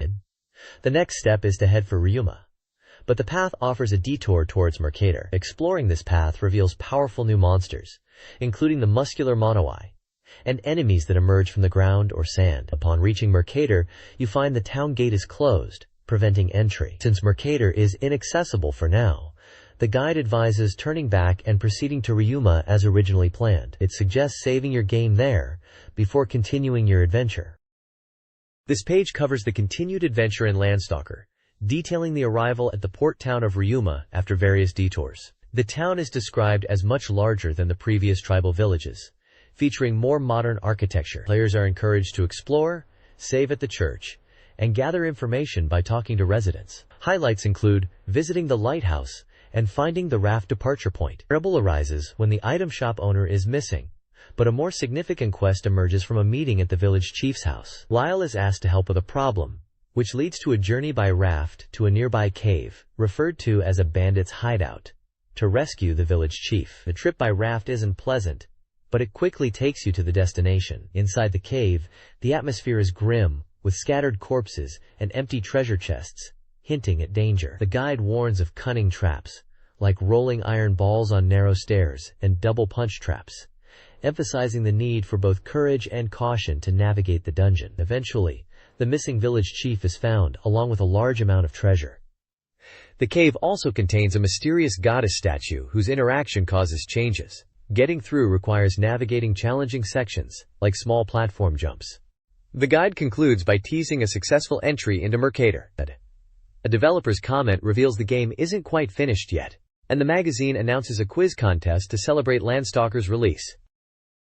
This page previews the upcoming title, Matengoku no Sumetsu. The artwork features an ornate framed scene depicting a large dark figure, a vibrant red-winged creature, and a human character, hinting at the game's fantasy setting. The text introduces the game's premise, following characters Arnis and Lilith, who encounter a knight carrying a sad fate. Their journey is fraught with strange events and numerous powerful enemies, but they are aided by companions, including a ninja. The narrative highlights Arnis' struggle with destiny and Lilith's comforting presence. Scheduled for release in late November, the game utilizes an 8 MB ROM with battery backup and is priced at 8,900 yen, excluding tax. It's being brought to the Mega Drive by Kodansha Soken.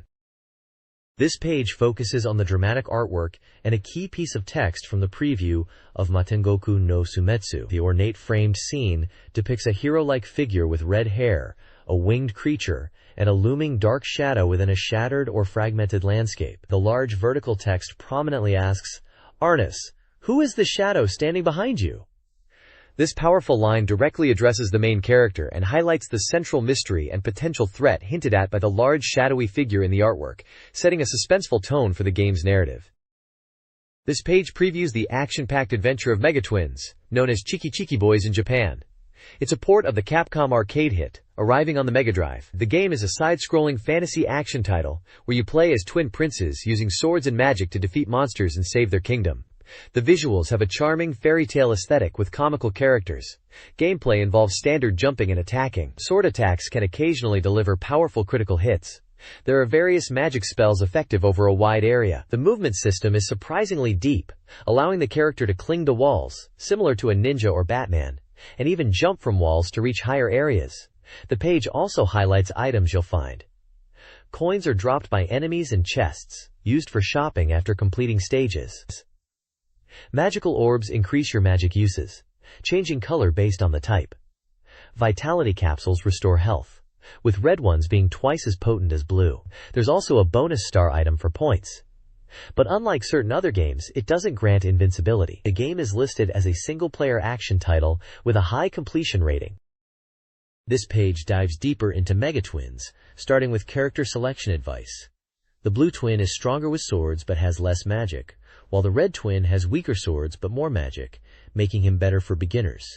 It then highlights the first 3 stages, which can be played in any order. Round 1 is the Earth world, a mix of ground and underground areas with hidden chests and enemies disguised as chests. Round 2 is the Sky world, featuring aerial platforming with flying enemies and environmental hazards like falling off the screen. Round 3 is the Sea world, an underwater stage with obstacles like mines and thorns, culminating in a maze-like sunken ship section. After clearing a stage, you can visit the shop hosted by Princess Nana to spend collected coins on items like health restoration, the Mega Twin sword and shield, exclusive to this version, and continues. A message from the developers mentions this is Capcom's 5th arcade port, self-programmed and guaranteed, with an October 2nd release date. This page details Mega Twins gameplay, characters, the first 3 stages, Earth, Sky, Sea, and shopping after clearing stages.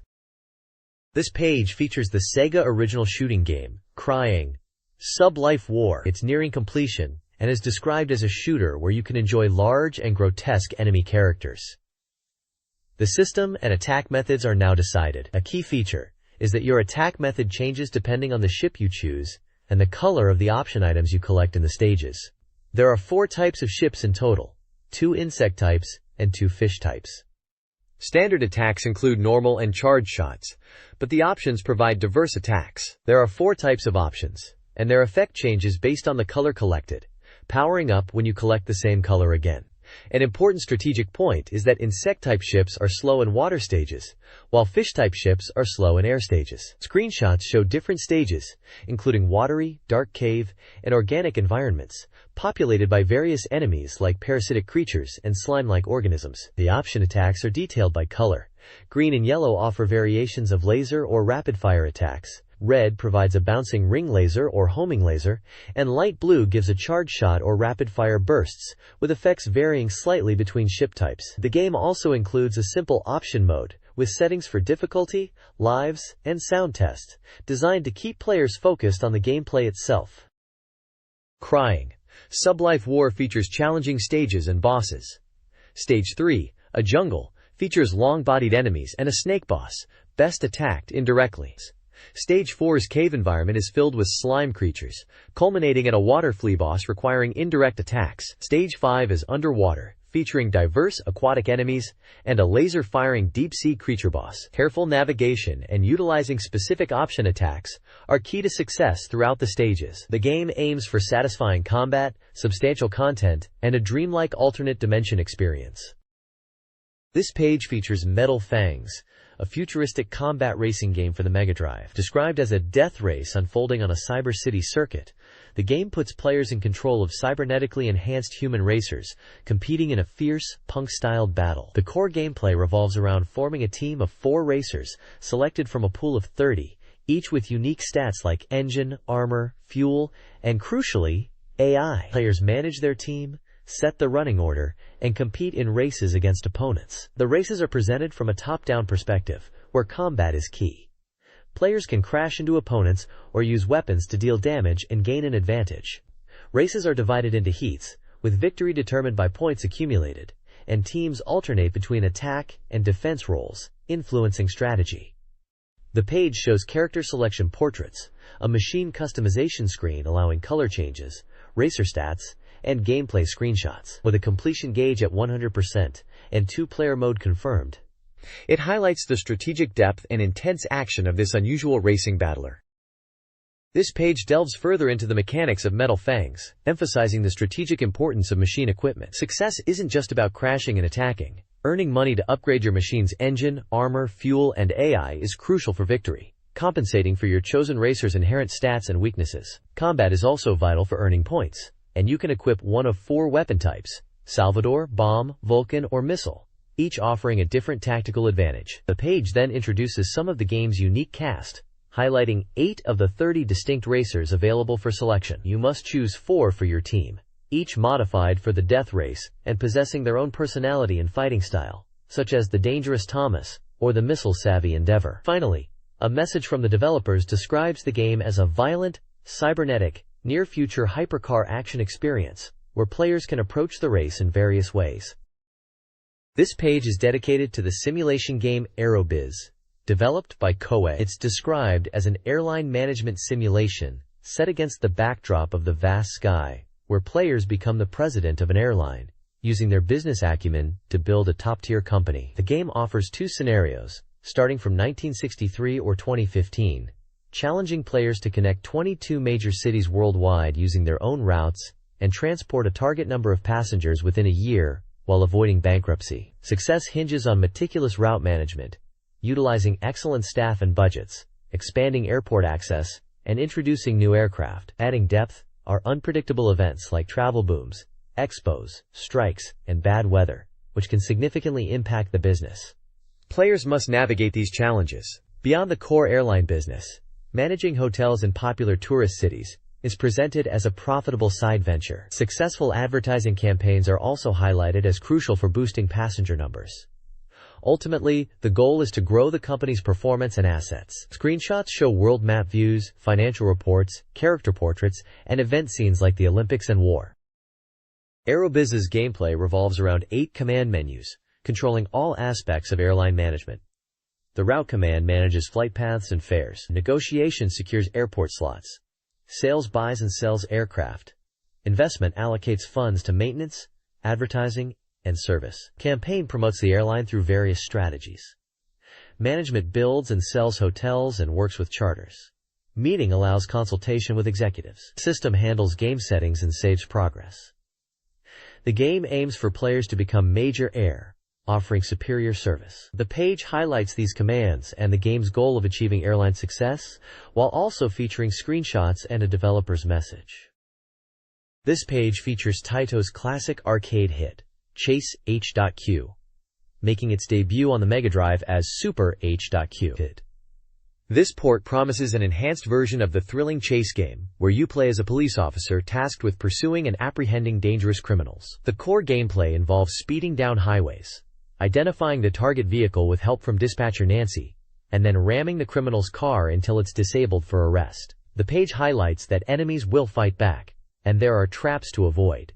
A key feature is the ability to select your vehicle before each mission. You can choose from a sports car, four-wheel drive vehicle, or a heavy semi-truck, each possessing different attributes in speed, attack power, and durability, allowing for strategic choices based on the stage conditions or your preferred playstyle. The article also notes the game's pedigree, originating as a popular arcade title and having previously been ported to systems like the NES and TurboGrafx-16, demonstrating its widespread appeal before arriving on the Mega Drive. The screenshots showcase the gameplay and options menu, while a portrait of the iconic character Nancy emphasizes her role in guiding the player. This page continues the feature on Taito's arcade classic, Chase H.Q, known as Super H.Q, on the Mega Drive. The article dives into the core gameplay, explaining that the objective is to chase down the criminal's car within a time limit and repeatedly ram it to cause enough damage for an arrest. It emphasizes the tension created by the ticking clock and the need to balance speed with careful driving. Crucially, the page highlights that the challenge isn't limited to the criminal vehicle itself. The roads are filled with various enemies and obstacles designed to impede your progress. Screenshots and descriptions illustrate threats like aggressive bikers, helicopters dropping bombs from above, strategically placed rocks, strict checkpoints you must navigate precisely, and general obstacles scattered along the course. The article stresses the importance of learning techniques to avoid these hazards, as they can significantly slow you down or damage your car. It also mentions that some stages feature diverging paths, adding another layer of complexity to the chase. Overall, the page effectively conveys that success in Chase H.Q requires not just speed, but also skillful maneuvering to deal with a dynamic and dangerous environment. This page continues our look at Taito's intense arcade racer, Chase H.Q, known as Super H.Q, on the Mega Drive. It provides a detailed breakdown of each of the 5 chase stages you'll face. You start with Chase 1, pursuing a car theft group in a standard yellow sports car on regular city streets, dealing with intersections and cross-traffic. Chase 2 steps up the speed against a drug dealer in a faster red sports car, Look for a shortcut indicated by an arrow, and watch out for drops off the course. Chase 3 takes you to icy frozen roads to catch a kidnapper in a purple van that shoots bazookas. A 4WD is recommended here, and staying diagonally behind the van helps avoid the blasts. Chase 4 pits you against a tough green monster truck driven by an example gang. This one requires repeated ramming, and you'll have a helicopter attacking from above. Finally, Chase 5 is the challenging climax against a luxury vehicle theft group in a mystery truck. You need to damage its luggage compartment first to separate the driver's cab. A note from the manufacturer highlights that Chase HQ is now Super HQ. And you can select from 3 vehicle types, sports car, 4WD, or truck, before each stage based on the road conditions, racing to the very end of the game. This stage-by-stage guide gives you the intel you need to tackle each unique criminal and their vehicle in this thrilling chase game. The next page features an advertisement from Santa, a specialist Sega store, clearly passionate about Sega's lineup. It prominently highlights anticipation for upcoming releases like Landstalker, Final Fight, and Road Rash, enthusiastically declaring, "That's typical Sega!" Santa shares their recommended top 10 new releases from August to October, a list that includes Landstalker, Splatterhouse 2, Ninja Gaiden, and even the intense racer Super HQ that we just covered. They also showcase a Best Hits 20 list, featuring classic Sega titles like Streets of Rage, Sonic the Hedgehog, Shining Force, and Thunder Force IV. Beyond these curated lists, the page presents an extensive catalog of available MegaDrive software covering a wide range of genres. The store also offers MegaDrive consoles and peripherals, Game Gear hardware and games, and even software for the Master System and Mark II-I, noting that adapters are needed to play these older titles on newer hardware. The advertisement provides clear instructions for ordering via phone, fax, or mail, outlining associated shipping costs and delivery options across Japan.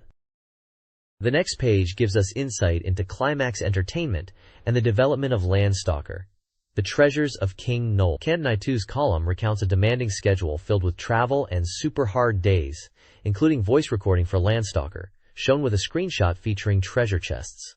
He also reports on a Tamiya RC race, where he participated but didn't place well. A production report by Ohori states that Landstalker is finally complete, with the release targeted for October. The team has been working intensely, and the game is steadily reaching its final stage. Ohori adds a personal note about the financial strain caused by the demanding development period, showing a balance of plus 120,000 yen for the month.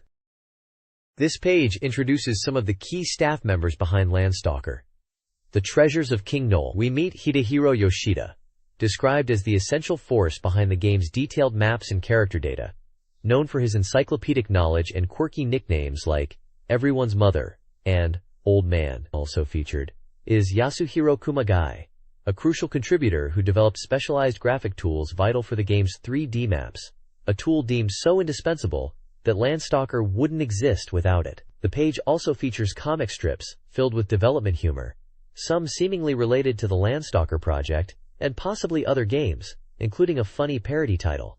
Additionally, Part 2 of a serial novel titled Spacecraft Story continues, following a protagonist who dreams of flying in space. Finally, the Climax Reader Corner showcases fan illustrations and expresses regret for not being able to feature more submissions this month. It also excitedly announces that Landstalker's release is drawing near, expected next month. This page features a column by Uncle Jam, giving his true thoughts on the TV game industry, specifically focusing on the Mega Drive and character-based games in the 6th part of his Pursuit series, Mega Drive is in Danger. The article discusses the recent increase in character games being released on the Mega Drive, suggesting this marks a shift towards being accepted by a wider user base, a goal since the console's launch 3 years prior. While acknowledging the risks of relying solely on character name recognition over game content, the author notes the success of recent releases like Magical Talutokun and Hanu no Tukyuji, Dodge Danpei, which are more affordable than their Super Famicom counterparts. More importantly, the column emphasizes the need for cultivating original, popular characters. It warns that without creating compelling original IPs like Sonic the Hedgehog, shown here with a screenshot from Sonic the Hedgehog 2, the Mega Drive risks becoming just another console known for ports and licensed titles, potentially losing its unique identity and fading into obscurity alongside less distinctive systems. The piece includes screenshots from Magical Talutokun, Hanu no Tukyuji, Dodge Danpei, and Sonic the Hedgehog 2, illustrating the types of character games discussed. A side panel lists notable character games released on the Mega Drive from 1988 through upcoming titles in 1992, highlighting the growing trend. This page features Eric C. Sedensky's column, Captivated, Gamer Experience Log, where he discusses the question of women and video games. He notes that while his girlfriend doesn't play, simple games like Tetris might be the key to attracting female players due to their easy-to-understand mechanics, highlighting Tetris's widespread appeal and success, including its immense popularity on the Nintendo Famicom and Game Boy. Looking at the game market, Eric observes that, traditionally, games were heavily marketed towards boys, which was reflected in the types of software available. However, he sees a significant shift, particularly on the Mega Drive, with a noticeable increase in games featuring female protagonists over the past year, such as titles in the Valis series and El Viento. He also points out the growth of gender-neutral games like Columns and Devil's Crush. While a female lead doesn't automatically make a game female-oriented, developers are clearly acknowledging and targeting female users more than before. The column concludes that the world of video games is undeniably changing, ushering in an era where women are a growing focus. The page includes an illustration depicting a female character and a joystick, along with a screenshot from the classic puzzle game Tetris. This page is a special section titled Magazine Jack, Mega Drive Third Party Do Whatever You Want, providing a platform for third-party developers to share informal updates and insights directly with readers. Game Arts presents a business diary, offering a glimpse into the development and release of Lunar, the Silver Star for the Mega CD. The diary entries detail the process of finishing the game, the subsequent exhaustion, a business trip to America, feedback from player questionnaires, dealing with manuscript deadlines for the magazine, and finally, seeing the game released in stores. It paints a picture of the highs and lows of game development and the daily grind.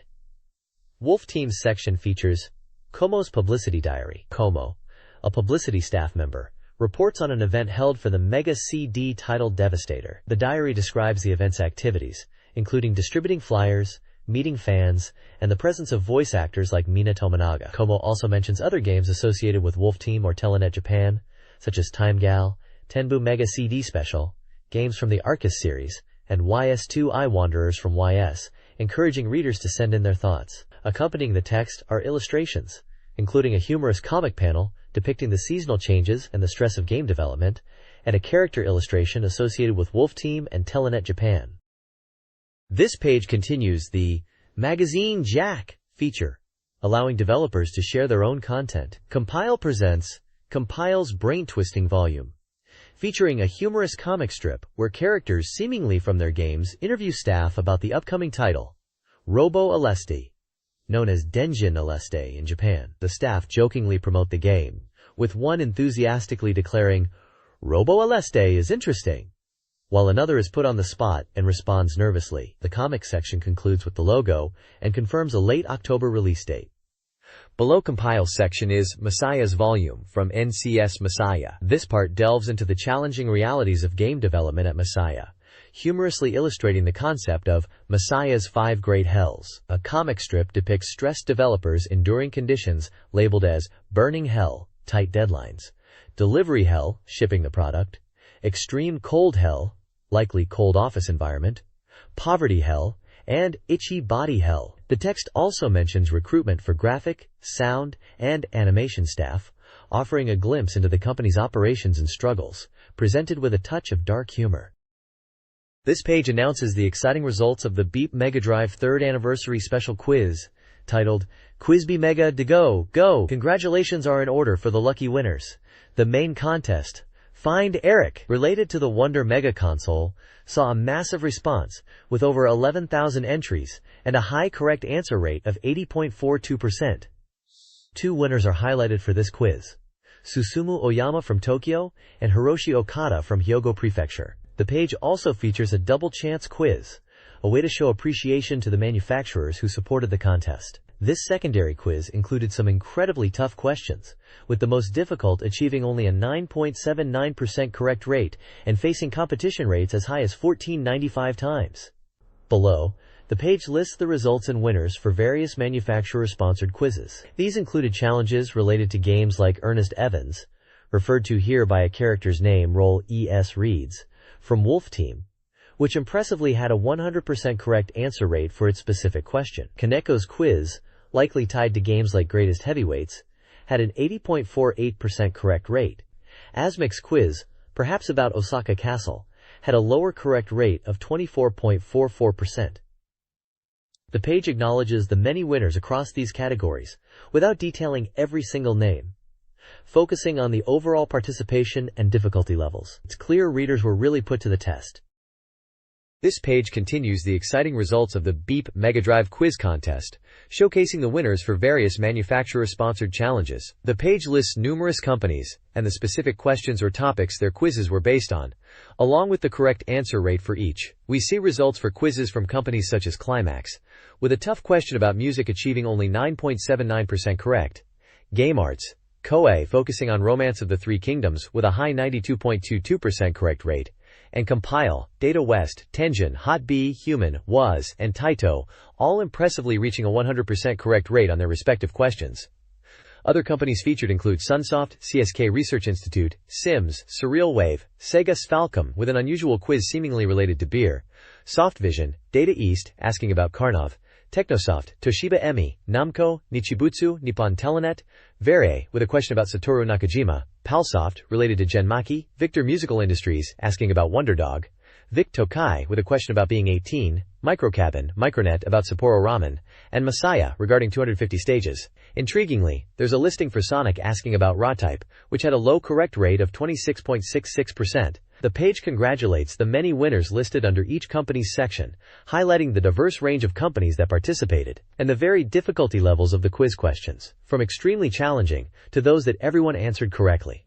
A small illustration at the bottom celebrates the quiz, with a message thanking participants and announcing a special prize for one winner. This page is a large mail-order advertisement for GameBank, offering new Super Famicom, PC Engine, and Famicom games and hardware for sale. This page kicks off by highlighting games that are breaking the mold, focusing on amazing 3D visuals and dynamic perspectives, specifically calling out Landstalker, and hinting at titles that feature similar effects or innovative viewpoints. We see a hardware bundle featuring the MegaDrive Plus 1, with Sonic the Hedgehog included, a great entry point for new players. There's also a rundown of upcoming MegaDrive releases, offering a glimpse at what's on the horizon for the console. The bulk of the page is dedicated to screaming deals. There are massive sale sections for MegaDrive and Mega CD games, featuring deep discounts on a huge variety of titles, including big names like World of Illusion, Shadow Dancer, Golden Axe, Streets of Rage, and Thunder Force IV. Another section specifically highlights popular titles like Space Harrier 2, Ghouls in Ghosts, Double Dragon 2, Battletoads, and Fist of the North Star, all available at a bargain price of 2,200 yen. Finally, there's an advertisement for the GameBank telephone service, offering callers game information, tips, and even a monthly lottery to win games. It seems like a cool way for players to get the inside scoop and potentially score some free software. The page also lists upcoming Game Gear releases. This page is a reader questionnaire, providing instructions on how to fill out the survey postcard included in the magazine. It explains where to write general comments or game requests for Mega Drive ports, and how to mark the answers for the multiple choice questions by filling in circles. Examples are given for age and other question types. The survey covers standard demographic questions like gender, age, and occupation. It then delves into gaming habits, asking how many Mega Drive games you own, which computer game magazines you read, and your monthly budget for gaming. There are also questions about which systems you currently own, covering various platforms like Mega Drive, Famicom, PC Engine, Super Famicom, Neo Geo, Game Boy, Game Gear, Mega CD, and more. Readers are also asked to identify articles they found interesting or uninteresting from the magazine, listing categories such as B-Mega Dataland, News and Information, and B-Mega New Video Games. Finally, the survey asks readers to select one game they most want to buy from a numbered list provided on the right side of the page. This extensive list, numbered from 001 to 088, features a wide array of titles, predominantly Sega CD games, including titles like Sonic the Hedgehog 2, Phantasy Star IV, Streets of Rage 2, Prince of Persia, Puyo Puyo, Final Fight CD, Sylphid, and Batman Returns. This comprehensive survey helps the magazine understand its readership's preferences and market trends. This page presents a special feature titled Shooting Ecstasy, exploring the state of the shooting game genre, STG, in the early 1990s. The feature highlights several screenshots from various STG titles, including what appears to be M.U.H.A. from Compile, a game from the Thunder Force series, and different flight or cockpit view shooters. The accompanying text discusses how, at the time, role-playing games, RPGs, were often considered the major masterpieces in the industry, while STG and action games were perceived as losing their former prominence. Despite this trend, the article posits that STG has stuck to its unique path and questions why this classic genre is currently in a less dominant phase. The feature aims to spotlight the inherent appeal and pleasant sensation of STG gameplay, focusing particularly on new Mega Drive titles which, it argues, are receiving more attention on the platform compared to others. It promises to explore both the strengths and weaknesses of these new Mega Drive shooting games. This page features a special article delving into the visceral appeal of shooting games, provocatively titled, Shooting Ecstasy, Pursuit of Pleasure. The author, Yoichi Shibuya, argues that the core experience of playing a shooting game is akin to physical pleasure, even comparing the rapid-fire action and climactic boss battles to the rhythm and release of sex. The article discusses the state of the genre, noting that while RPGs were dominant in the early 90s, the inherent intensity of shooting games, from the rhythmic movement and shooting to the thrilling defeat of bosses, provides a unique and deeply satisfying sensation. It highlights the importance of game balance in achieving this feeling, and points to the success of pure shooting games like Raiden as evidence of the genre's enduring appeal despite shifting trends. A historical outline section briefly showcases epoch-making shooting games, with images of classic arcade cabinets, covering titles from the late 70s and early 80s that shaped the genre, including Space Invaders, Galaxian, Defender, Scramble, and Galaga. The discussion then moves to later innovations like Ajax, R-Type, and Darius, before returning to the pure shooting philosophy, exemplified by Raiden. The piece ultimately celebrates the unique, physical pleasure derived from mastering the challenges of the shooting game genre. This page continues the exploration of shooting ecstasy with an article titled, Let Your Soul Slip Into Your Machine. The author argues that shooting games are more than just entertainment. They are training machines to push the limits of your own reaction speed, sharpening reflexes, and leading to a shooting game high, akin to pure endorphin release. The article distinguishes this from games relying solely on memorization, emphasizing the importance of reaction-based games like Williams Defender for achieving this state. A separate section focuses on the joystick, presented as the vital interface between human and game machine. It stresses the importance of using a quality joystick rather than cheaper gamepads, recommending arcade-grade levers and buttons for precision. The piece offers practical advice on choosing a joystick, advocating for a sturdy case, precise levers, and buttons with clean contacts, highlighting how the right controller enhances the physical connection and pleasure of gameplay. The page also features a timeline showcasing significant shooting games from 1982 to 1992, illustrating the evolution of the genre from classics like Xevious and Gradius to later titles like Snortype, Darius, and Raiden, reinforcing the historical context of the genre's development and its enduring appeal. Illustrations of someone playing a joystick and a fighter jet add visual flair to the theme.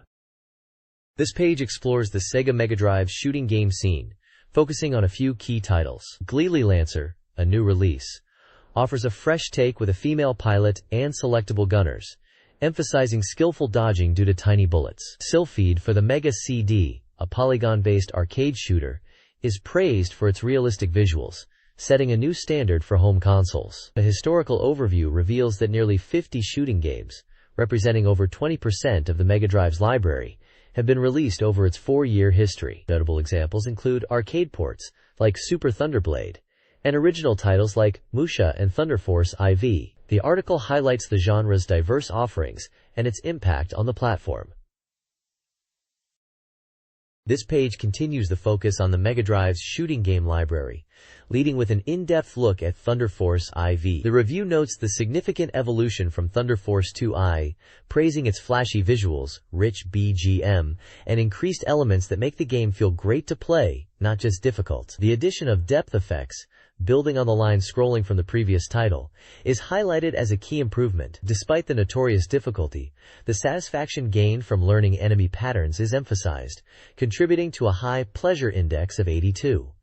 The lower section previews Terraforming, provisional title, a planned game focusing on the world design by legendary artist Sid Mead, known for his work on films like Blade Runner. The article stresses that this Mega Drive CD title will be completely different from its PC counterpart, with Mead's unique style influencing everything from enemies to backgrounds, promising a captivating visual experience. The bottom of the page features mini previews of numerous other shooting games available for the system, highlighting classics like Thunder Force 2, MD and 2i, Galaxy Force 2, and arcade ports such as Afterburner 2 and Twin Hawk, alongside more unique titles like Insector X and Darwin 4081, showcasing the breadth of the genre on the Mega Drive.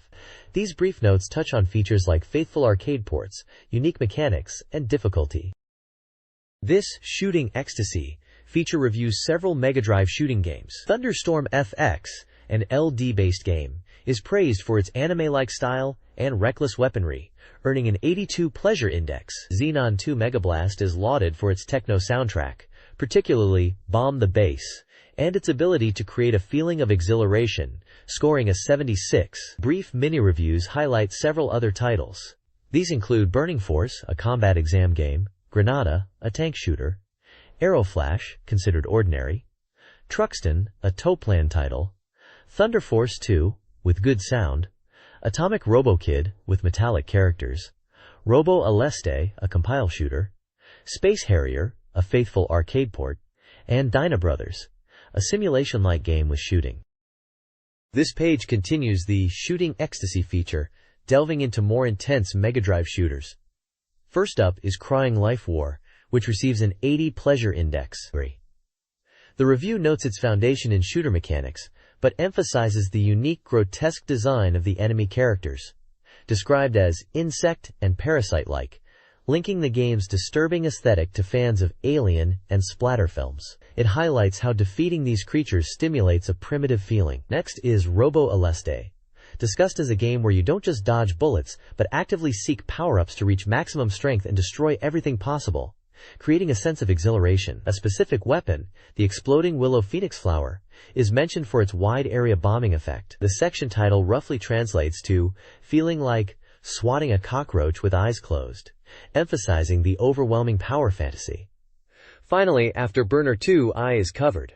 Despite being a 2D horizontal shooter, the review praises its 3D simulation feel and the satisfaction of a one-shot kill. It suggests the game allows players to experience a fraction of the terror of real combat and encourages relentlessly pursuing targets. The bottom of the page features smaller spotlights on other titles including Heavy Unit, Aeroblasters, Twin Cobra, Vertex, Super Airwolf, Fire Mustang, and Raiden Trad.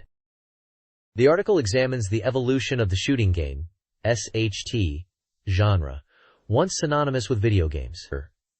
Early titles like Space Invaders and Xevious fueled the industry's rise, but the number of SHT releases decreased despite market growth. Market saturation and developer strategy shifts are offered as explanations. A table illustrates this decline in quantity from 1988 to 1992, while also showing SHTs maintaining quality relative to other genres. The article then showcases SHTs on various platforms with screenshots of games such as Space Harrier 2. Finally, it features developer insights on the future of SHTs. Developers from various studios suggest incorporating 3D space, preserving core gameplay, and utilizing hardware advancements. The article concludes with screenshots of various SHT titles, like Task Force Harrier X and Steel Empire, highlighting the genre's diversity. This page dives into the world of the Mega CD, with a spotlight on the highly anticipated port of Final Fight. The article provides an update on the game's development, noting significant progress since the last feature. A key highlight is the confirmed inclusion of 4 enemy characters on screen simultaneously, a notable improvement over the 3 allowed in the Super Famicom version. The visuals appear much more polished than previous previews, and the reviewer comments positively on the faithful recreation of the character select screen and the atmosphere. Screenshots showcase gameplay, the character selection featuring Hager, Cody, and Guy, and crucially, the infamous wrestling ring stage, which was notoriously absent from other console ports. The piece conveys excitement about the Mega CD version, aiming to surpass the limitations of the SNES release, promising a much more complete and faithful adaptation of the arcade classic. This page covers the upcoming Mega CD title, Pro Baseball Super League CD. The big draw here is the use of real team and player names, featuring all 12 Japanese pro baseball teams, plus 2 all-star teams, each with 25 players. The game uses 1991 season data for players, but there's a system to track and accumulate player results from your games. The article details various game modes, including pennant race, with adjustable season length, exhibition, for 2 players or against the computer, spectator mode, and a simulation mode where you act as the manager. Visually, the game incorporates production elements similar to the arcade game Clutch Hitter, such as player face graphics and stats appearing when they come up to bat. The article notes that graphics are still being completed, but promises dynamic camera angles and visuals for plays like cross-plays at the plate. Screenshots show the team selection screen, stadium options, day/night, in-game batting and fielding views, and the manager instruction screen for the simulation mode. The reviewer seems optimistic about the presentation and depth, particularly highlighting the manager simulation mode. Pro Baseball Super League CD enhances graphics with player faces and detailed data, but its depth is the highlight. Key features include accurate uniform numbers and unique player animations, like Nomura's pitch, alongside improved gameplay visuals. Player profiles showcase stars like Kiyohara and rising talents. Sega CD RPG 3x3 Eyes features scarce information, but details are expected soon. This article highlights new NPCs, Yagumo and Sati, original characters with significant roles in the main story. Character sketches and a visual preview hint at the game's visuals and action. Players are encouraged to watch these characters before the game's release. This page is dedicated to the upcoming Sega CD title, Sylphid, highlighting its technical ambitions. It focuses on the game's revival and its groundbreaking use of computer graphics, CG, to push the limits of the Sega CD hardware. The article features an interview with Takeshi Miyatake from Game Arts, the producer behind this new iteration. The page discusses how Sylphid utilizes advanced CG techniques like polygon and fractal rendering to create a visually immersive 3D shooting game experience. It reflects on the impact of the original PC-88's Steradian version, noting its realistic 3D visuals and unique movement mechanics like the forced scrolling from the background forward, which set it apart. The new Sega CD version aims to combine the straightforward fun of a 2D shooter with the powerful visual presence of 3D CG. Game details provided include that it is a shooter, single-player, with release date and price currently unknown, showing a 30% completion status. Screenshots demonstrate the game's polygon-based graphics in action. This page continues the deep dive into the upcoming Sega CD title, Sylphid, putting the spotlight squarely on its ambitious use of computer graphics. It details the cutting-edge techniques employed, specifically highlighting fractal rendering for incredibly detailed backgrounds, and polygon rendering for objects and coloring, explaining polygons simply as multi-sided shapes used to create 3D objects with less data. The article emphasizes the scale of the CG, noting the game aims for 7 to 20 centigrams frames per second, which is faster than typical TV animation, promising a highly dynamic visual experience. It discusses the technical feat of calculating up to 400,000 polygons per screen, though only displaying around 30,000, and mentions the game will feature around 50 minutes of CG animation in total. The text also describes the real-time rendering of terrain rushing beneath the ship, and the game's support for tilting and 360-degree rotation, pushing boundaries for console gaming at the time. Supporting images include a wireframe model of a ship, and reference shots from polygon-based flight and tank simulators like IBM Seek's F-15 Strike Eagle II and M1 Tank Platoon, illustrating the type of 3D visuals they are aiming for. Sylphid prioritizes an engaging shooting game experience with a story-driven structure, utilizing movie-style animation and high-speed 3D CG backgrounds, particularly in its spaceship-filled opening.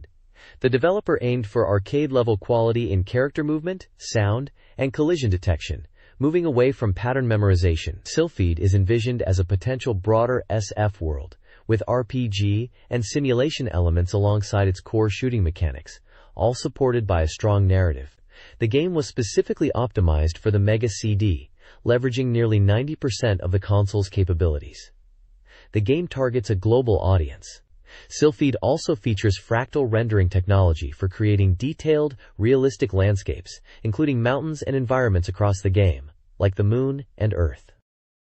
This page focuses on Tenbu Mega CD Special, a real-time simulation game based on the romance of the Three Kingdoms period. The brief summary is that it is a real-time strategy game based on historical records, featuring a vast amount of data, including 800 officers, and utilizing a unique multi-window system.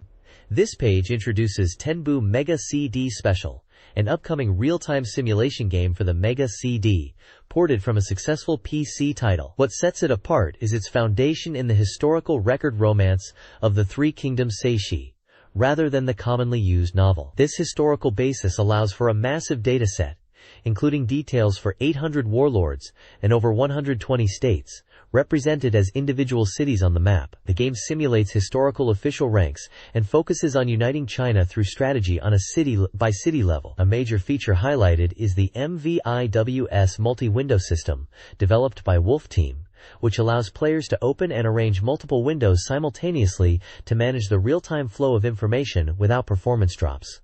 This system is key for handling the game's complexity and keeping track of events across the detailed map. Screenshots show the character stats and the strategic map, emphasizing the detailed nature of the simulation and the flexibility offered by the window system. The article notes the adaptation from PC mouse control to the Mega CD controller, suggesting it looks quite playable based on the visuals.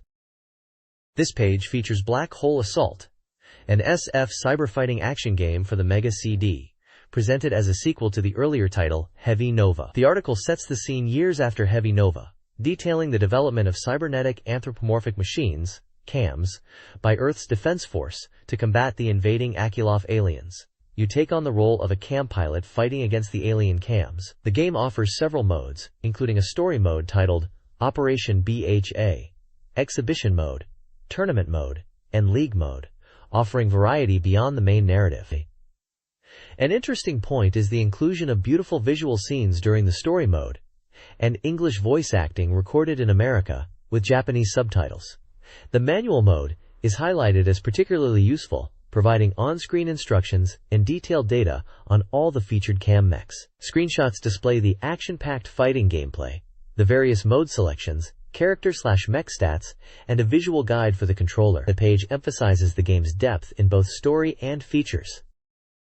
This page dives into the exhibition mode of Black Hole Assault, highlighting it as potentially the most enjoyable part of the game. This mode lets you freely set up battles, choosing from 10 distinct battlefields and 8 types of CAM robots, including many faced in the story mode. The article suggests you can even watch 2 computers duke it out, or practice against a computer opponent, useful for strategizing against tough foes. However, the real excitement, according to the text, comes from the 2-player versus battles, emphasizing the sheer impact of giant robots clashing. It positions this as a great way to unwind after the intense, anime-style narrative of the main game. The page then showcases several of the diverse battlefields available in this mode, featuring environments like the Earth Defense Base, DEFCON 2, the Moon with a view of Earth, the fiery atmosphere of Venus, the rugged surface of Mars, and various moons of Jupiter and Saturn such as Io, Rhea, Leda, and Titan, plus an asteroid belt. Each location offers a unique backdrop for combat. A screenshot of the mode selection confirms the high level of customization available, allowing players to choose the battlefield, control scheme, computer difficulty, and the specific CAMs for each player. This mode offers immense replayability and freedom to experience the game's combat in various scenarios. This page features Gambler Jiko Chushinya 2, Fierce Battle, Tokyo Mahjong Land Edition, a sequel to the popular Mahjong series, making its debut on Mega CD. The article highlights the return of the beloved cast and gameplay, significantly enhanced for the new platform. A major focus is the new setting, Tokyo Mahjong Land, presented as a Mahjong-themed amusement park, featuring 16 unique attractions spread across 4 worlds, promising hilarious and challenging Mahjong encounters. A map of this park is prominently displayed, showing different themed areas. The Mega CD version brings significant improvements, most notably the addition of full voice acting for the characters' lines, which were previously just text. Character graphics are also more detailed, and familiar reactions from the manga and previous games are brought to life. The game's AI is stated to be 3 times faster than its predecessor, ensuring smoother gameplay. Screenshots show the Mahjong gameplay interface and a dramatic moment highlighting a specific winning hand, Lightning Tsumo. A large grid displays a wide variety of character portraits, showcasing the diverse cast players will face in Tokyo Mahjong Land. The article emphasizes the faithful adaptation of the source material and the enhanced presentation unique to the Mega CD.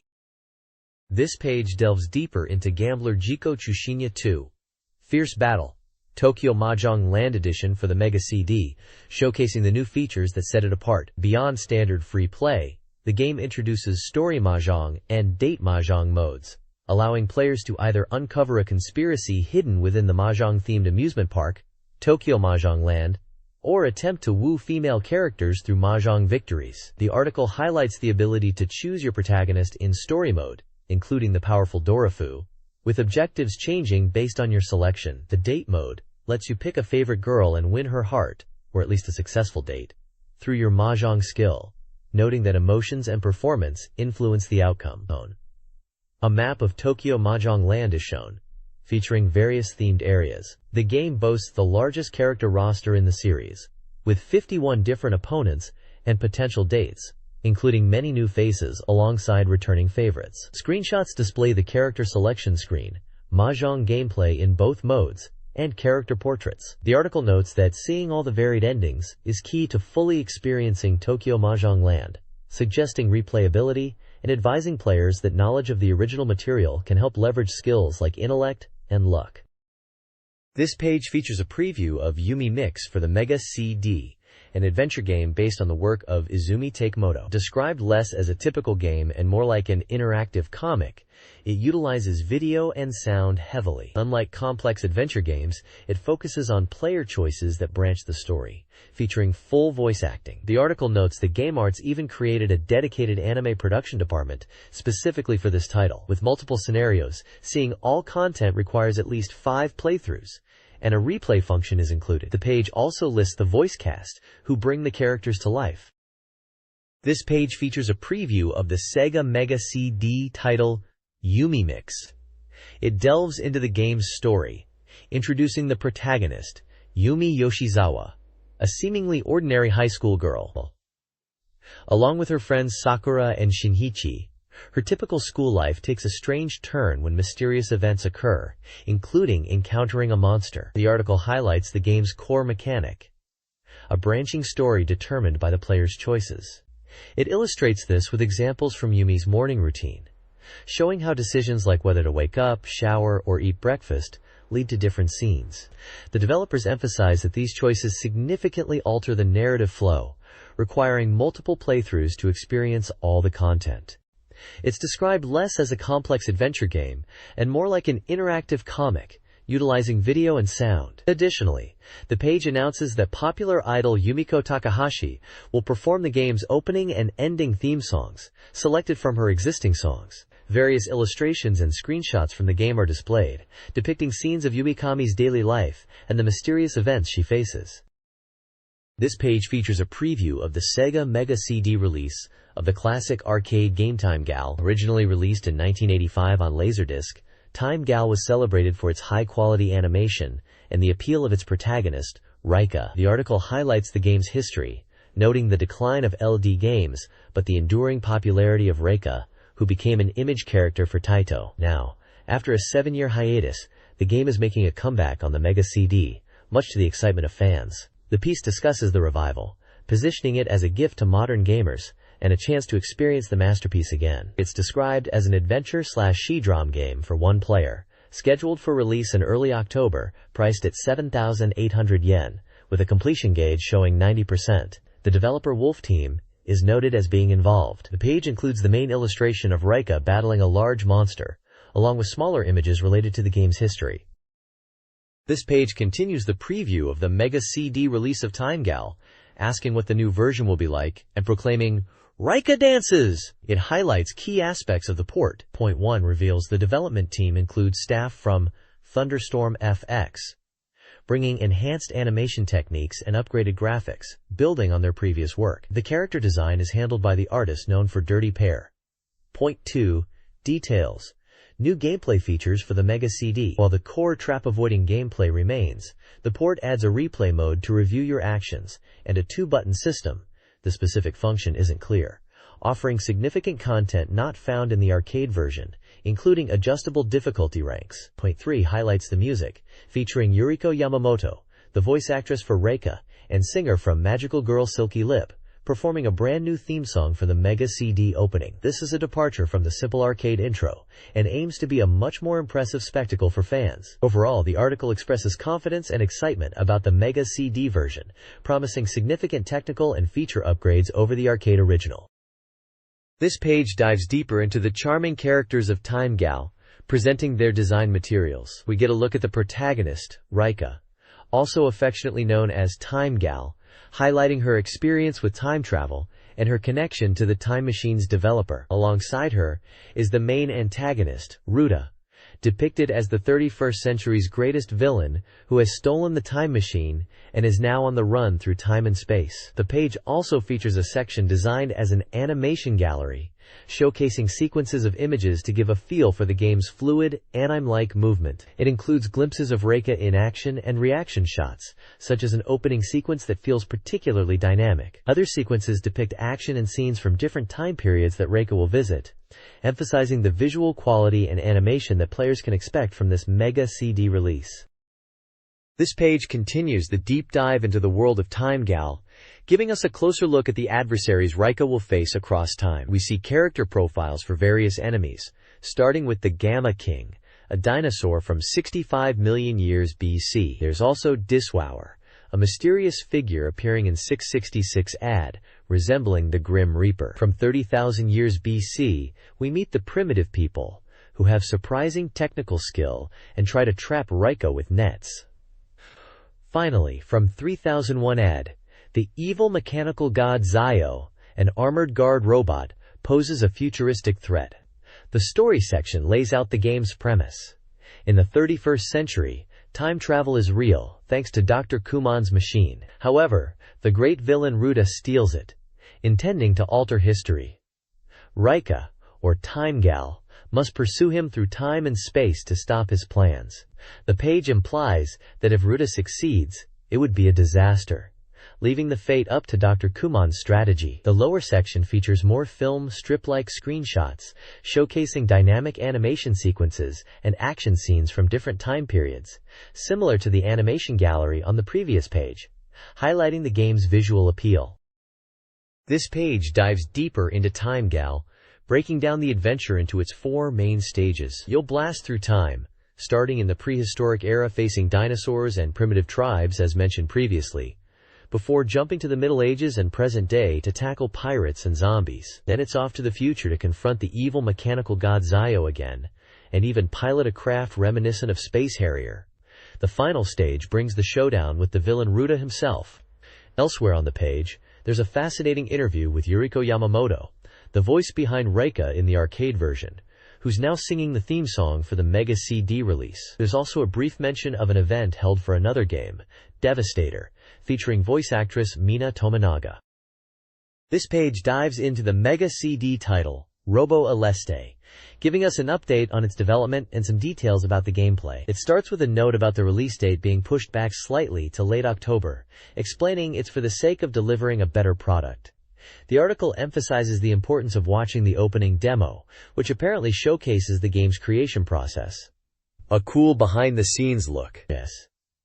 It highlights that the game features varied stages across Japan, each requiring players to utilize different weapons effectively. This sounds like a game that keeps you on your toes. The focus then shifts to Stage 2, which is set during the historical Battle of Okehazama, complete with historically accurate rain effects. The enemy, the Imagawa army led by Yoshimoto Imagawa, is described as a well-organized force that often attacks in groups, so a steady approach is key. Yoshimoto himself is noted as a formidable boss. There's also a small segment clarifying the relationship between Robo Aleste and Katsui Shibata, one of Nobunaga Oda's generals. It explains that Robo Aleste operates under Shibata's command, receiving orders through him. Screenshots showcase the rainy battlefield, character portraits for Shibata and Imagawa during dialogue, and a large rendering of a green mech boss, potentially Musashio. The gameplay looks intense, with plenty of enemies filling the screen amidst the downpour.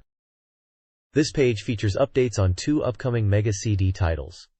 First up is Illusion City, a cyber SF RPG set in near-future Hong Kong, Originally a PC game by Microcabin, this port promises animated characters and dynamic 3D battles.